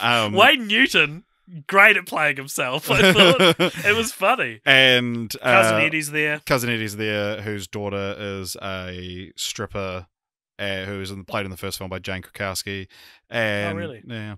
And so Audrey sort of goes in with her and, joins the Vegas showgirl scene. And Rusty gets a fake ID and is known as Nick Papadopoulos or something. Papa Giorgio. Papa Giorgio. Yeah. And wins heaps of money playing. And wins 4 cars.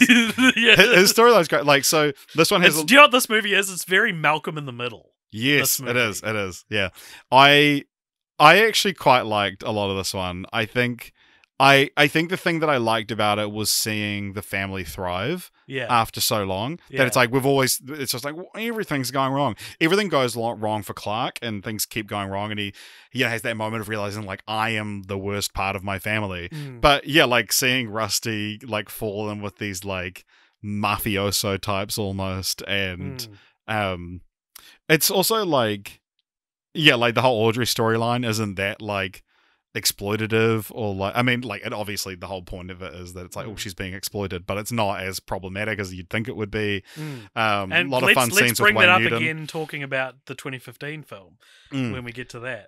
How exploitative these films are. But yeah, it's having said all that, it's still a bad film, I think. Well, I think it's things like there's a bit where they go on a dam tour. Where they go to is it a famous Hoover Dam? Is it Hoover Dam? Yeah. They go to Hoover Dam and do a tour, and Clark. It's the most famous dam. Well, I didn't know if it was Hoover Dam. I know of Hoover Dam. I didn't know if that was. That's where they keep the Allspark. Oh, right. And Clark like gets separated from the tour. And from the damn tour. From the damn tour. Where's the damn tour? That was funny. Yeah, they're like... That was funny. The tour guide is like, just kept saying damn. Yeah, and directing Chevy Chase to not make it a joke, I thought was funny. Yeah. Getting him to say, where's the damn tour? but he gets separated, ends up like Tarzaning a power line across the Hoover, and it looks like shit. It looks so bad. It looks so bad, and it's moments like that made me go, "This is the worst one." Yeah. But outside of that, it's like, well, it's like all of them are chocolate sundaes. It's just this one has raisins in it. Mm. You know, So it's better. If you picked the no, I don't like raisins. Sorry. Oh, okay. Just for clarification, if you pick the raisins out, it's still a chocolate sundae. Yeah, you know, like, and because I had this thought, I would say they're like a plain sundae. no, they're a chocolate sundae from like McDonald's, right? Like Yeah. they're not a expensive chocolate sundae, Right. But I did have this thought going into Vegas Vacation where it's like, at least I guess people didn't like European, but from my perspective, it's like, was there like a period of almost 10 years where the Vacation trilogy was the best trilogy ever made? Right, yeah. Right? Because at least in terms of gold stars, right? We talk about gold stars, that's a franchise with no clearly bad entry. Yeah. It can have a best entry. Yeah. And it's better if that entry isn't the first one. But if it doesn't have a stinker, that's a gold star. And for a lot of people, this feels like this is what trilogies should ideally look like. Is not have. I mean, again, people didn't like European Vacation, but I did. And so going into this one, I was like, man, were people just like, oh man, this new Vacation movie is going to ruin the streak? And then I watched it, and I was like, I mean, if we're being realistic, it's not that much worse than the other three. Yeah, there was Chevy Chase pitched an idea for a fourth Vacation film, a Swiss Family Griswold, it was called. Oh, fuck off, Chevy Chase. Call it Swiss Vacation, you idiot. No, so this was the Griswolds get stranded on a desert island like Swiss Family Robinson. Which happens in a movie we made. Yeah. Perhaps someone has a big island adventure coming afterwards. Perhaps. He relented when the Warner Brothers executive suggested Vegas as the setting, feeling the juxtaposition of the nuclear family in a city driven by sex and gambling would be a more entertaining film. Oh yeah, because you haven't been banking off that for the entire series. Yeah. What? It's such a weird thing, and then for Chase to be like, oh, you're right. Yeah. To concede. He's pretty old in this one. This is the missing link of Chevy Chase. This is the Star Trek Generations. Yes. Yeah. Yeah. My Letterboxd review I was very proud of. It said the Piercification of Clark Griswold, because this is halfway between Clark Griswold and Pierce Hawthorne. Yeah. But it is like, but then when you see him show up in Vacation 2015, it's like he's gone so much further than you thought. But yeah, like when I said Star Trek Generations, that we both, when watching that film, were like, watching the original Star Trek films, is like, I cannot see how the William Shatner from Star Trek turns into Denny Crane from Boston Legal, and then Star Trek Generations is like the perfect midway point. Yeah. And I think, like, as well, like, it made me think, like, when did we stop allowing, like, comedy icons to just be blatantly losing their hair? Feel like comedy, like, National Lampoon is the last time that, like, the biggest comedy actors in the world were fairly average-looking men, right? It was like Louis C.K. Oh, yeah, okay, well, he's relevant now, isn't he, Richard? I don't know, who are the biggest... I mean, Keegan-Michael Key doesn't have any hair? Yeah, but he's shaved it. Right. I'm saying, like, Chevy Chase looks like shit in this. Yeah. And Bill Murray looked like shit for a long time. Fucking what's the guy you don't like from Christmas at the Craigs from Ghostbusters? Oh, Dan Aykroyd. Dan Aykroyd just always looked like shit, right? Like say what you want about boomer comedy, but we used to allow our comedy icon. Actually, you know what it is? What? We used to allow our male comedy icons to be ugly. We used to not allow female comedy icons. Okay, I've done that thing where I've backwards myself into, like, realizing the very obvious, like, exploitation that's being happened.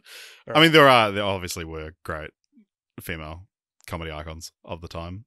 Gilda Radner. Radner. She my was favourite female comedy icon. Julia Sweeney. No, but yeah, I mean, well, okay, who are the hot comedy icons now? I mean, like, we literally have a case study here with Ed Helms, who's not, like, handsome, but he's not ugly. Like, he just looks like a normal dude. Bill Murray in Ghostbusters 1 looks like he is I look better than Bill Murray in Ghostbusters 1. Okay, well, let's not get out of hand. Like, he has just let himself go already in that movie. I'm just googling comedic actors. Mm. Jim Carrey, Steve Carell's fucking hotter than ever. Mm-hmm. Yeah, Adam Sandler, Vince Vaughn. Like, these are the Chevy Chases of today. Yeah, I mean, I guess I don't know what, like, I would say, because the frat pack would be like the next generation after the Chevy Chases and the Bill Murrays. But then I don't know, like, if you'd say like 2020s, who that group is, and I mean, maybe we haven't got them yet. Fucking Pete Davidson, who's real hot. Well, hot in a weird way, but that's still better than Bill Murray hot, which is I just guess not maybe hot. after the frat pack would be like Bill Hader and Jason Sudeikis. But then they sort of like tail end. Yeah. I view Pete Davidson as like a result of Gen Z. Yeah. Like birthed from the more of Gen Z. Yeah. You know, like and he's on SNL, and he's like, for us this was Tina Fey and Bill Hader and Lonely Island, right? Yeah. Like. Well, now they've got what are the dude? Please Don't Destroy. What's that? That's the new Lonely Island comedy trio. Really? Yeah. Right. Well, anyway, like Pete Davidson, like he is designed by the times that he's popular in. Like, it's so funny and so clear, and it's always great when you realize you're living through a generation change. Yeah, a moment. Anyway, this is just a rant about how ugly some celebrities used to be. Yeah. And Will Ferrell's like let himself age pretty hilariously. That's pretty true. Yeah. Here's a piece of IMDb trivia. It says rumor. The first film in the Vacation series to not contain National Lampoon in the main title. Is that a rumor? Is it? As John Hughes, writer of the first 3 films, which he wasn't the writer of the second one, is no longer the screenwriter, as he was also a writer of the National Lampoon magazine. I don't know why it says rumor. Interestingly, so there's a dealer in this film played by Wallace Shawn, who's like this recurring character, and Clark just has horrible luck against him, but then can win against other people. But he has this his damn pride forces him to keep going against Wallace Shawn. That character was originally said to be played by Jack Nicholson. he was filming Mars Attacks. I was about to say he wouldn't do this. Then he was filming Mars Attacks, and I was like, a worse film than Vegas Vacation. Then he plays 2 characters in. Does he? Yeah. Have you seen Mars Attacks? I thought he just played the president. No, he plays someone else as well. Oh. But so he was filming Mars Attacks. He's good friends with Chevy Chase. They asked him to do it. Of course those two are friends. Yeah. Holy shit. The Chevy Chase of the dramatic. Yeah. You know? He was also a big fan of the Vacation film, so he was like, yeah, that sounds fun. And but then he had to pull out where James L. Brooks cast him in As Good as It Gets, and he was like, well, I got to work with James L. Brooks. So, but yeah, it's crazy that it's like he was going to do it. Yeah, right. Yeah, and they were also going to get Chevy Chase also wanted to get his friend Rodney Dangerfield to play the guy sitting alone at the end that wins big on the Keno, and then passes away, and so but gives the Griswolds his ticket. Who's played by Sid Caesar, who's like the other half of a comedic duo with the woman who plays Aunt Edna in the first film. Right. And so they did it as like a fun. Right. They were like, oh, it'll be a nice tribute, but I want the money. The money's mine. I want your money. Yeah, I mean, what would you have thought if Rodney Dangerfield had played him? I have an interesting relationship with Rodney Dangerfield in that he's my mum. He's my mum. I'm like intimately familiar with what his shtick is. Yeah. In fact, I think he might have invented the word shtick. Yeah. But I don't think I've ever actually seen a Rodney Dangerfield movie.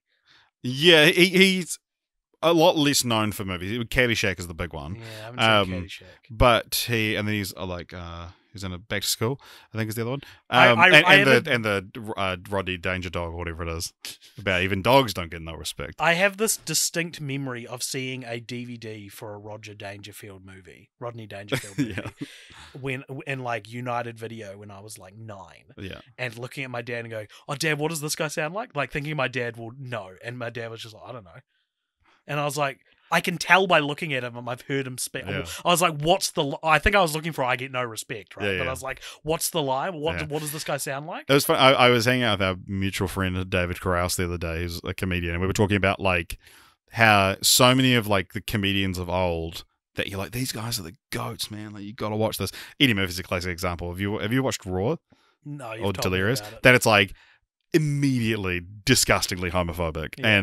and stuff like this where it's like it just hasn't aged well at all, and you're like, these guys are just not funny. Rodney Dangerfield is one that is like, this guy is fucking hilarious. Nice. You watch like go on YouTube, watch clips of Rodney Dangerfield on Johnny Carson, and it's literally just like he comes out, he does a set, and it was like a big you've made it as a comedian if Carson invites you to come over to the desk after your set. And he would always get Dangerfield over, and he just asks him a question, and he just sets him off on like another 5 minutes, and it's like they're all like you kind of say like one-liners, but it's like fuck, he is so fucking funny, and all just about how he gets no respect, and I tell you, I get no respect.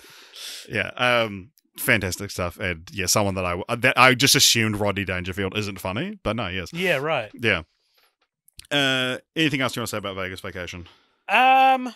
Just that, like, again, conceptually, it's valid. It's not like Space Vacation, right? It's Yeah, not. yeah. In fact, it's probably more grounded than like European Vacation. Yeah, Like, Space Vacation. I guess like people like to be like, oh, sequels. The more they go on, they get more ridiculous, and it's like, I like this franchise. If nothing else, this franchise has surprised me at every turn with how not what I thought it was gonna be.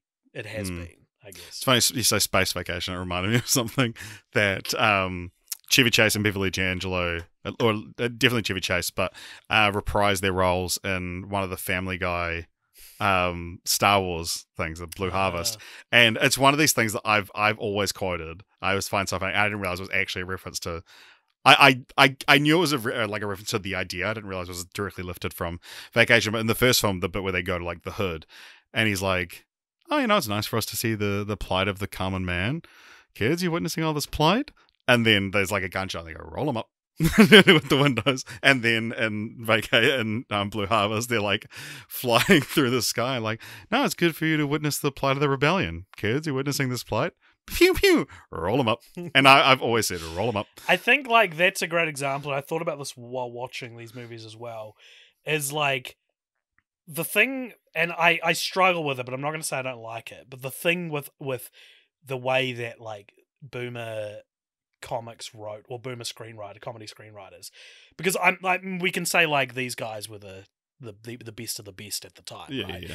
As the style is like, they will not hesitate to screech the story to a halt for like a quote unquote funny line or a funny gag or a funny joke, It's like, the original Marvel undercut. Yeah, almost, but it's in its own comedy. Like, because now I think like John Hughes was the Marcus and McFeely of his day. Yeah, there was. I can't remember what it was. Oh, I'm gonna describe it, and you're gonna remember what it was for me. Is it from Vacation? It's from Vacation. Oh, God. I think it's the second one. It could be any of them. God, Fuck. It could be any of them.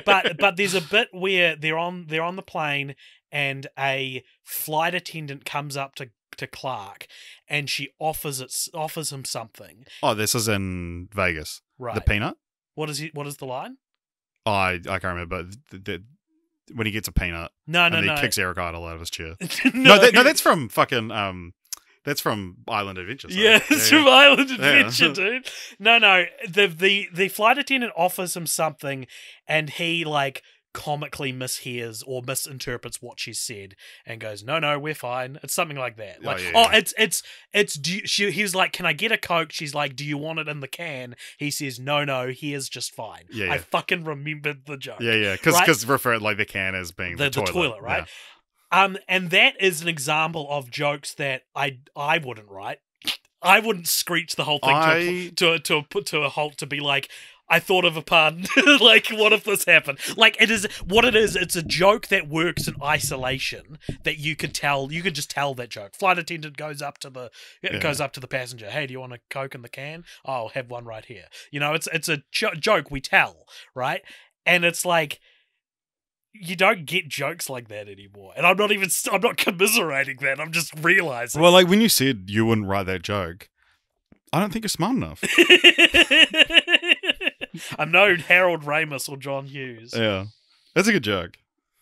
I'm fine with the joke. I'm Yeah. just saying, I'm noting that, like, nowadays I feel like comedy is all, like, it really works without context now. Like, I feel like it'll either be, like, ridiculous, and that works without context, or it'll be a joke that is, like, interwoven with the rest of the film, yeah. the characters. Yeah. Well, I think as well, I mean, part of that is like what I was saying before about like you can do a film, the family goes on vacation, doesn't have a hook. That it's like all the best jokes are taken. Yeah, all the best jokes are taken. Yeah. So next up we have a film that I have next to no information about because it's one of these classic films that just started existing one day. National Lampoon's Christmas Vacation 2, Cousin Eddie's Big Island Adventure, directed by Nick Mark, 12% audience score. I believe, it's difficult to fact check this, but just based on what I can think, the longest title we've had on Film Franchise Fortnights. Really? I think so. It's 10 words, 74 characters. What's Return of the King or Fellowship of the Return of the King is also 10 words, but it's less characters. The only one that I would have thought would maybe have its Pirates of the Caribbean. Pirates of the Caribbean, The Curse of Black Pearl, which is 53 characters and 10 words. National Lampoon's Christmas Vacation 2, Cousin Eddie's Big Island Adventure. Yeah. The best thing about this, that being such a long title, is I reckon like 85% of that title you didn't need. Yeah. You don't need National Lampoon. They already ditched it in the last one. It's so funny that like National Lampoon, it's like that one's not deserving of the stamp, but do you know what it is? Yeah, exactly. Yeah. Like, and if you watch what National Lampoon went on to make as well, fuck, like, have you watched many National Lampoon films from like their sex comedy straight to DVD era? No, that's what I'm saying though. Like, yeah, fuck, I've seen a lot. I've saw a few of them and on Sleepovers. They're so bad. Yeah. So you not only could you just call it Christmas Vacation 2, yeah, Cousin Eddie's Big Island Adventure, you don't need cousin, you don't need Big Island. Like, it could just be called Eddie's Adventure, you know what I mean? Yeah. Like, it's conveying essentially the same information. And we had an interesting time. Can I reveal what our conditions were watching this movie? Yeah, if you like. We smoked a little bit of illegal drugs together and watched this movie, and I don't think I was high though. Really? I was just enjoying the film. I don't think you were just enjoying the film. What I thought was interesting is that, like, because I pitched this to you as like, these movies are the kinds of movies you get high to, right? Like they sing when you're stoned, right? I think I was just vibing off your energy.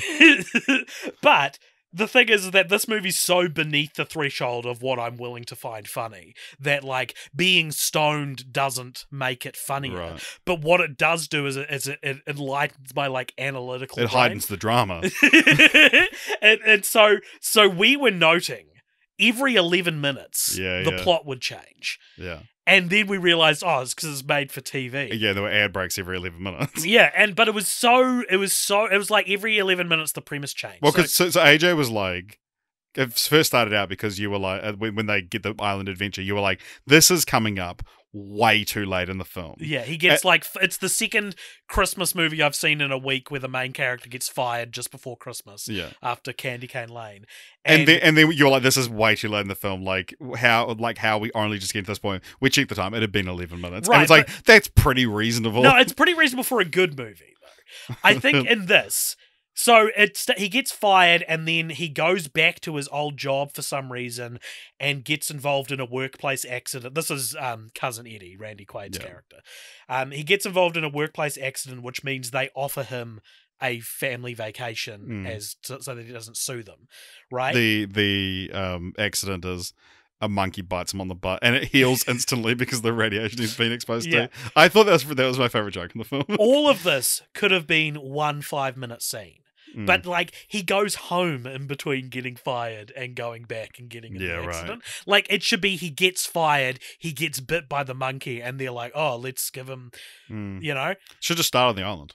Start on the island. So then for 10 minutes, it's about them going through the airport. Going to the airport. Yeah, it was 11 more minutes before they were on the plane. Yeah. Yeah. And then, like, by the time they end up getting stranded on an island and it looks like the worst. This is worse than Vegas Vacations Hoover Dam sequence. Right, I thought you were just like, it looks like the worst Christmas ever. No, they're on a boat that is like rapidly approaching an island, but the green screen work is shoddy, and the CGI they've done to make the island look like it's getting closer looks like it's something out of Myst. You know, Myst, the game, the computer game. Vaguely, yeah. Yeah, it looks like shit. And yeah, they get stranded on this island, and then I can't remember what happens. They get off the island. They get off the island, and Aussie, it's Christmas time. Yeah, they're Australian. They're Australian Well, friends. so they have Christmas on the island. They realise that, like, they had everything they needed because they were together.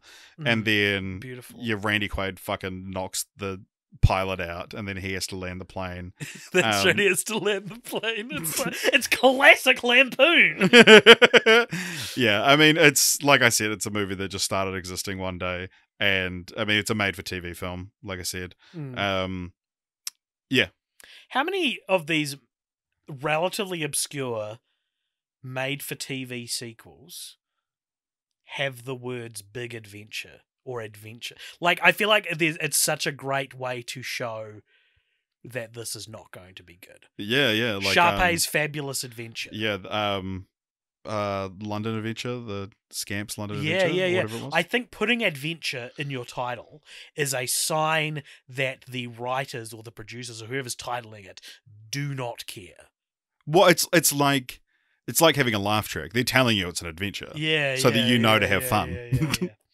Yeah. This movie has Lizzie McGuire's brother in it. Yeah, and boy was he cracking up. He's a very bad actor. I'll say that about him. Very bad actor. But like in an amateur, like a very bad actor in like in a real amateur way, like very like not present in the scene, anticipating things, you know. When he's supposed to be emotional, it sounds like he's. I'm going to demonstrate for you because as a director, this is something I've been getting into directing the last couple of years. This is something I've noticed that is the threshold. I think inexperienced actors don't realize there's a threshold. And experienced actors know you've actually got to start in front of the threshold. Right? And that threshold is, at one point in the film, Lizzie McGuire's brother is told, we're going to go hunt something, or we're going to do this, and he gets given like a spear, and he runs off screaming. Right? Here's how Lizzie McGuire's brother performs that, right? He gets it, and you see him run past in the background, and he goes, ah! Right? How he should have done that is, like he is being the character. The character is being silly. Yeah. Not the actor is also being silly. But the character should be taking this seriously. But the character is behaving how a young actor who's insecure to show his genuine level of emotion in front of a bunch of cast and crew. So it's like. Yeah, that's what I've discovered, is that people need to be pushed past a threshold in acting where they start to go, I actually have to act like this is real, even though at the moment it feels silly to do. Yeah. When you're directing someone, and like the worst thing you can do as a director is like say it like this, give them a line read, it's called. A way to get around that, they're talking about this on the Scrubs podcast that Bill Lawrence would do, is if someone just wasn't quite saying it right, and the point where it's like you're so frustrated, or like person's experienced, and you just can't get it out of them, he would say, the table read, you did it like this. That was great. Because then they think it's their idea. Oh my God, that's brilliant. Yeah. And he's like, you should do it like you did at the rehearsal when you were like, boom. And then... let me tell everyone a secret from what... this is to that. From what I've learned, so much of directing is how to disguise yourself saying you're not doing it right. Yeah.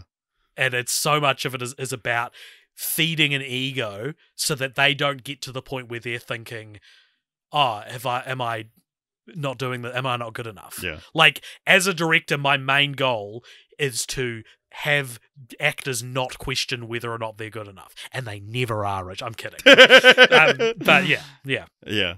No, that's good stuff. Using Cousin Eddie's adventure to curtail into like filmmaking chat. Yeah. Do you want to move on to Vacation 2015? Oh God, is there anything else we should mention? It is the second Christmas entry in our Christmas special episode. I'm trying to think if there's anything else that I wanted to mention. It's a bit of racism. You like that? It is. Well, I was going to say I didn't like how they took Lizzie McGuire's brother and made him like a perv, because it's like it's Lizzie McGuire's brother. Like this is an He's action. a perv in Lizzie McGuire. Is he? Probably. He's probably going to grow up to be one. Ed Asner is in this movie. Yeah. A recast as. So it's supposed to. I think it's supposed to be Clark's dad. Yeah. From Christmas Vacation, who kind of looks like Ed Asner but isn't. Yeah. And then in this, they got someone more famous. It's like a reverse. It's only looks more like Ed Asner. Yeah, it's like a reverse. What usually happens where they recast, someone who looks like the A-lister but isn't. Yeah. Also, how is Cousin Eddie fit into the family tree? Isn't he Alan's brother? So apparently not.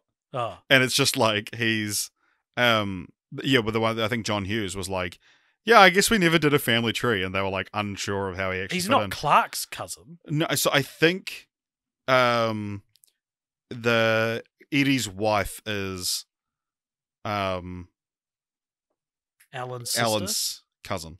Cousin. Okay. Yeah. Right. Because he's Alan's cousin. Well, and the thank family God cousin. we worked that out. Randy Quaid, now a fugitive or some shit. Yeah. Once did a straight-to-DVD movie sequel to Christmas Vacation. Yeah. And then the franchise would lay dormant for 12 years. Well, actually, it was in 2010 that they were like, yeah, we're doing a reboot. Called Vacation, came out in 2015. First film from Jonathan Goldstein and John Francis Daley. They'd written a few other films beforehand, but now these guys are doing pretty well for themselves. They're doing 2 other films. Game Night, which is best studio comedy in the last 10 years, probably. And Dungeons & Dragons Honor Among Thieves, which has potential. Yeah, which was fine. Yeah, came out this year. And isn't it interesting how much of how not promising their first film was? Yeah. If you told me that these guys they wrote it and weren't intending to direct it, but then got the gig somehow. It's Game Night, as you say, is so good, and this has none of that in it. Like not only like Game Night's really well written, but like the best thing about Game Night is that it is using the language of film to enhance the comedy. And it's like it is, if you watch Game Night with the sound off, apart from probably a few physical gags, you would think it's a thriller movie because it is shot like a thriller movie. Right. And the way it is shot makes the film funnier. Yeah. And there's all these like great little elements, like when they're driving away, there's like the car is mounted in like a third person view, like on the back of the car, so it looks like GTA or a racing game. There's a lot of like tilt shift shots when they do like landscapes, which makes it feel like they're all game pieces. And the roundabout on their street is the Game of Life spinner. And it's like so much of this like intelligence gone into that. And I'm not a D&D guy, but I'm a home improvement guy, but the Dungeons and Dragons movie, so many people like watch. I went to the premiere of it. And it's like you can tell there who was a Dungeons and Dragons fan because there would be like this one little random throwaway line or like a creature you see, and they would be roaring with laughter because it's like there was so much love gone into it. And then this film was just like, it's a pretty shitty studio comedy. And I say shitty because there's a big old poo scene in it. There's a big poo scene where they jump into the raw sewage because they think it's the hot pools. Yep. So this is, despite probably what a lot of people thought, including me before watching it, it's just a straight up sequel. It's not a reboot. I mean, it's a reboot in the. It's a reboot. It's not a remake. Yeah. There you go. But no, Ed Helms plays Rusty. He is the 5th actor to play Rusty in the film, in the series. Sorry. And in the film, kind of. Yeah, because of the pictures. Yeah, he looks at pictures. And in an effort to sort of bring his family close together, he decides to recreate the vacation that he cherished from when he was a kid and take his family which to he shouldn't. World. It was a terrible time. Yeah.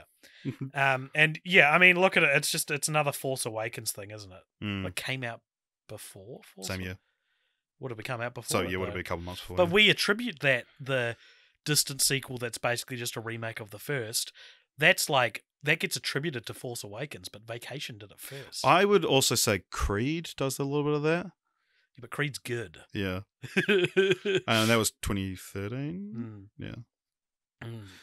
Creed feels like that was 2015. Creed feels like it's more of a passing the torch situation, though. Yeah. Although maybe it's a combination. Maybe it's passing the torch from passing the torch sequels to basically the same as the first one sequel. No, so Creed was 2015 as well. So that was like a month before Force Awakens, or like only a couple of weeks before Force Awakens. So when did Vacation come out in 2015?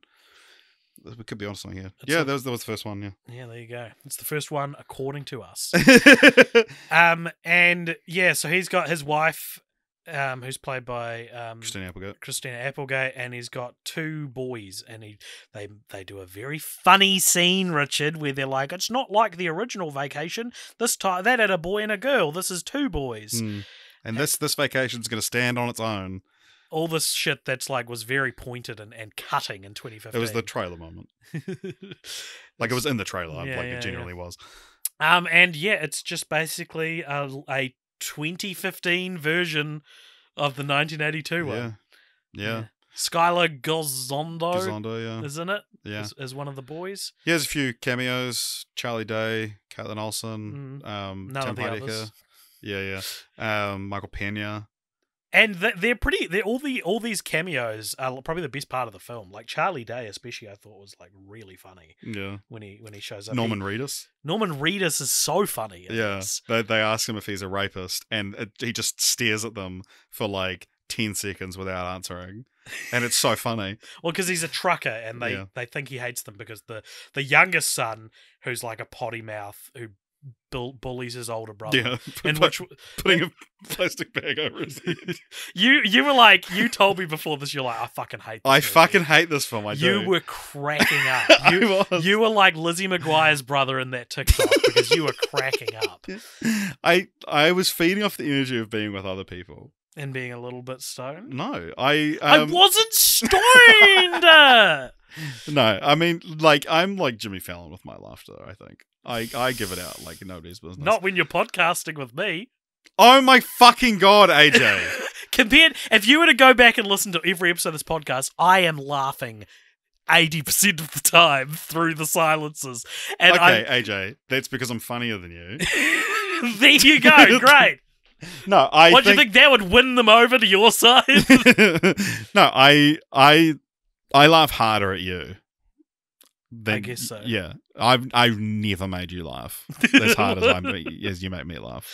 Or it's just every 10 episodes I'll get a good belly laugh out of you. If there was like, if it was like a laugher meter, like in Monsters Inc., Yeah. I would have filled up more canisters than you. I disagree. I disagree. You would maybe have. Yours wouldn't even fucking register. No, I'd be got cans coming out of my ears, but they would be, they'd be like skunk weed, whereas you've got Pineapple Express. I filled up my cans with. Right. So you're really mixing metaphors here. Yeah, like crazy, man. It's crazy what I'm doing right now. What I I'm also saying, think. Are we discounting you laughing at yourself though? I think I laugh to mask the silence. Try and lead me. To Sometimes, but I think it's what I'm saying is You're like doing your own laugh track. kind of. My canisters are filled with low quality laughs, whereas you fill yours with one big laugh every few episodes. Yeah, and it fills more than you. I don't think it would fill more. I laugh so much. You cannot. I laughed all through Vacation 2015. I feel my hate. Yeah, I guess you got me there. Yeah. So, like, what are some of the vignettes in this one? The poo. They stop at a hot spring and they go see Audrey, who's played by Leslie Mann in this film, and his husband, played by Chris Hemsworth, which is our randomly plays you statistic. This is our second film covered on the podcast, which is a reboot kind of sequel to a Harold Ramis film which stars Chris Hemsworth after Ghostbusters. Yeah, right. Interesting. Yeah. Yeah, and he's got a big cock. That's the whole joke. That's the whole joke. See, here's again. They also, it's worth mentioning, they stop in and see Clark and Alan, played by Chevy Chase. And again, I thought he was great. I thought Chevy Chase had still got it. when he drops the guitar. Yeah, so good. So good. Talking though of I said before, like, this franchise just did, none of them were what I expected it to be. And I think that this is an interesting conversation coming off the back of watching Ted in our last fortnight. Because Ted and Ted 2 are examples of these, like, we talked about this on the episode, but they're studio comedies that are just pre-Me Too. Like, so just pre-Me Too that you would be forgiven for assuming they're post-Me Too. just by how they look. I Yeah, mean. yeah. But then you watch them and you're like, wow, there are hate crimes in this Yeah, film, yeah. right?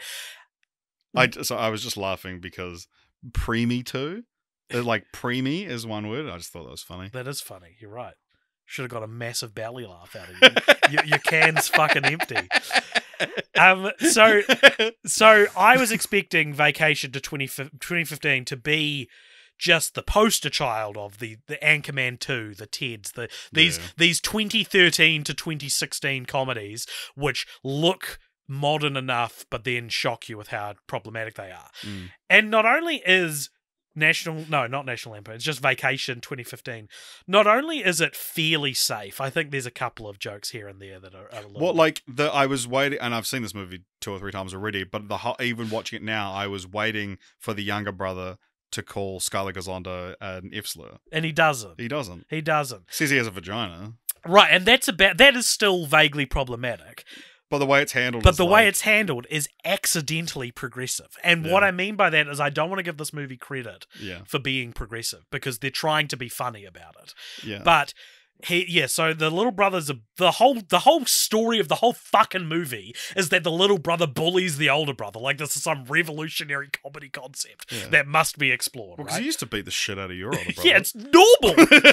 No, and when he says he has a vagina, and he writes, I have a vagina on his guitar. And Ed Helms, who's playing Rusty, he's like, now, son, whatever his kid's name. Yeah, this is a teachable moment. There's a teachable moment. And he's like, like lots of men are actually born with vaginas. And like, it essentially explains like gender dysphoria in 2015. And again, I want to be clear. The movie is going, isn't it ridiculous that Ed Helms thinks this? I don't think the movie is being cool about it. I think the movie... Yeah, sure. I think that, it's not that, like, how ridiculous is that he believes this. It's like, watch him try to be progressive when the scene clearly isn't calling for that. Yeah. And I think there's even a line that's something about, like, oh, we've got to be progressive. We've got to move with the times. Like, something that feels so pointed that I was like, this is a kind of a low-key fascinating movie in a lot of ways, right? Like it exists in this time period where and like built off the legacy of this like series with like tons of problematic material in it, and then it goes out of its way to kind of not be that, but in a way that still feels problematic at the same time. Yeah. But yeah, I mean, like on the whole, I've said I hate the movie. What did you think of it? I didn't like it, but I think it's interesting, and I think generally, this franchise was on a good track to rank surprisingly high in our franchises. I think, and now it doesn't. Now it won't. But like by Vegas Vacation, I was like, well, from my 2023 and then you watched 2 with me and hated it. Yeah, exactly. Yeah, so. That's the franchise. That is National Lampoon's Merry Vacation. Christmas. Merry Christmas to you, AJ. Thank you so much. Oh, we're shaking hands. Oh, I'm just flagrantly brushing past the mic with my beard. Yep. My beard's squeaking. You've probably heard that all throughout the episode. I've heard that all throughout my bloody life. Oh my comically squeaky beard. Cannot have sex on this bed. Yeah, not that that's a problem for you. Hey! Oh! All right. So In my life now. Well, we need to continue the franchise, which is a segment where we pitch our own continuations of the franchise. There are a couple of other continuations to mention, though. In early 2010s, there was a Super Bowl commercial with Chevy Chase and Beverly D'Angelo, and it said some of the actors to have played Rusty, and but I didn't watch the commercial. And then I think off the back of that commercial, they made a couple, like, it was for a car company, and it was and then they did Hotel Hell Vacation, which was like a further series of commercials. So you're telling me there isn't a list anywhere that's like there's not a Wikipedia page for cancelled vacation sequels? No, because doesn't this feel like there would be that? There should be a list of 30 films that never got made. Okay, name them. Asian Vacation, African Vacation, Australian Vacation. You've gone starting off with continents when you've got like 27 more to do. But that's my point, right? Space Vacation. Like all of these feel like Time Vacation. Time Vacation. Multiverse Vacation. Yes. My continue the franchise, I think. Yeah. I've got 2 titles in mind. Yeah. And this is a way to bring Chevy Chase back, whom I love, apparently. Apparently I want to bring Chevy Chase back. I reckon you could either go National Lampoon's Twilight Vacation. They got a Forks. No, Twilight as in like the Twilight years. Right, yeah. Or National Lampoon's Retirement. Or Retirement Vacation. Yeah. And it's just they're all life vacation. They're going on vacation from life. Wow, death vacation. What is he dies at the end? Afterlife vacation. Afterlife vacation. River Styx. Hell. Like, hell vacation. Heaven vacation. The underworld. National Lampoon's Underworld Vacation. National Lampoon's Resident Evil vacation. Anyway, that's all I did for it. Nice. Yeah, or like you want like a Siani's funeral sort of situation, don't you? What a crazy thing to reference. A film that doesn't exist. So an obscure, we need a to, non-existent sequel to a very obscure New Zealand film. And that's a joke that I've made up off pod. Yeah. So there's a film in New Zealand called Sione's Wedding, and I always thought it'd be cool if they made a trilogy that was Sione's Wedding, Sione's Divorce, Sione's Funeral. But instead they made Sione's 2 back in business. Unfinished business. Unfinished business, yeah. So yeah, my continue of the franchise, I wrote down Into the Rustyverse as my thing. I think that just, sorry, feminists. No, sorry, actresses that played Audrey. I mean, one of them died young. But I think that with Anthony Michael Hall, Johnny Galecki, and Ed Helms, you have like 3 pretty recognizable actors that play Rusty, and because of the ages when they were cast, like all could play like about the same age Rusty. What if it was more of a not Mr. Megorium's Wonder Emporium, the imagination of Dr. Parnassus situation? Yeah, where Johnny Depp, Jude Law, and Colin Farrell filled in for Heath Ledger after he died. Yeah, but yeah, I was thinking that it would be like, yeah, there's a few different ways you could set it up, but like, if Ed Helms is now like the prime timeline's Rusty, and finding out that there were these other ones, and then like teaming up with them for the ultimate vacation or something. Yeah, that's cool. But yeah, I just think that like, Ed Helms obviously more so, but that like, Johnny Galecki, Anthony Michael, all kind of, they're all the same kind of actor, you know. Who's the poor schmuck who played the non-famous? Well, there'll be 2. There'll be European and Vegas. The European one has appeared again, but I think maybe in that commercial or something. But I saw his name pop all the time. It's probably not important, to be honest. All right. Well, Richard, we're nearly done then. Yeah. Right. That's our vacation over. We've just got to do the arduous task of ranking the franchise right now. Neither of us have a computer in front of us. Yeah, which is difficult for us. Shall we just look at the list and yeah. Do you have it open? No. I'm looking at Facebook. Oh my god, this is gonna take so long to sign out and sign in as it's not gonna autofill it for me. Okay, thank you. Cold Popture Media. At gmail.com. Password alligator2. What's the Scrubs reference? Alligator 3. No, what is the actual password? Oh, I can do it if you want. Okay. Richard's going to do it because I can't remember the actual password. Okay, let's just look at the list, find where to put it, and then when you're editing this, just pull it up and put it in there. So, cast, crew, no, members, Cold Popture. Lists, FFF ranking. All right, okay. Is it above or below the Nymphomaniac Constant? I feel like it might be above it. Above it, we've got Mighty Ducks. I think this is a better franchise than Mighty Ducks. Is it better than Anchorman? Yep. Better than Predator? Yep. Better than American Tail? Yep. Better than Rugrats? Yep. Better than... Another family vacation series. Yeah.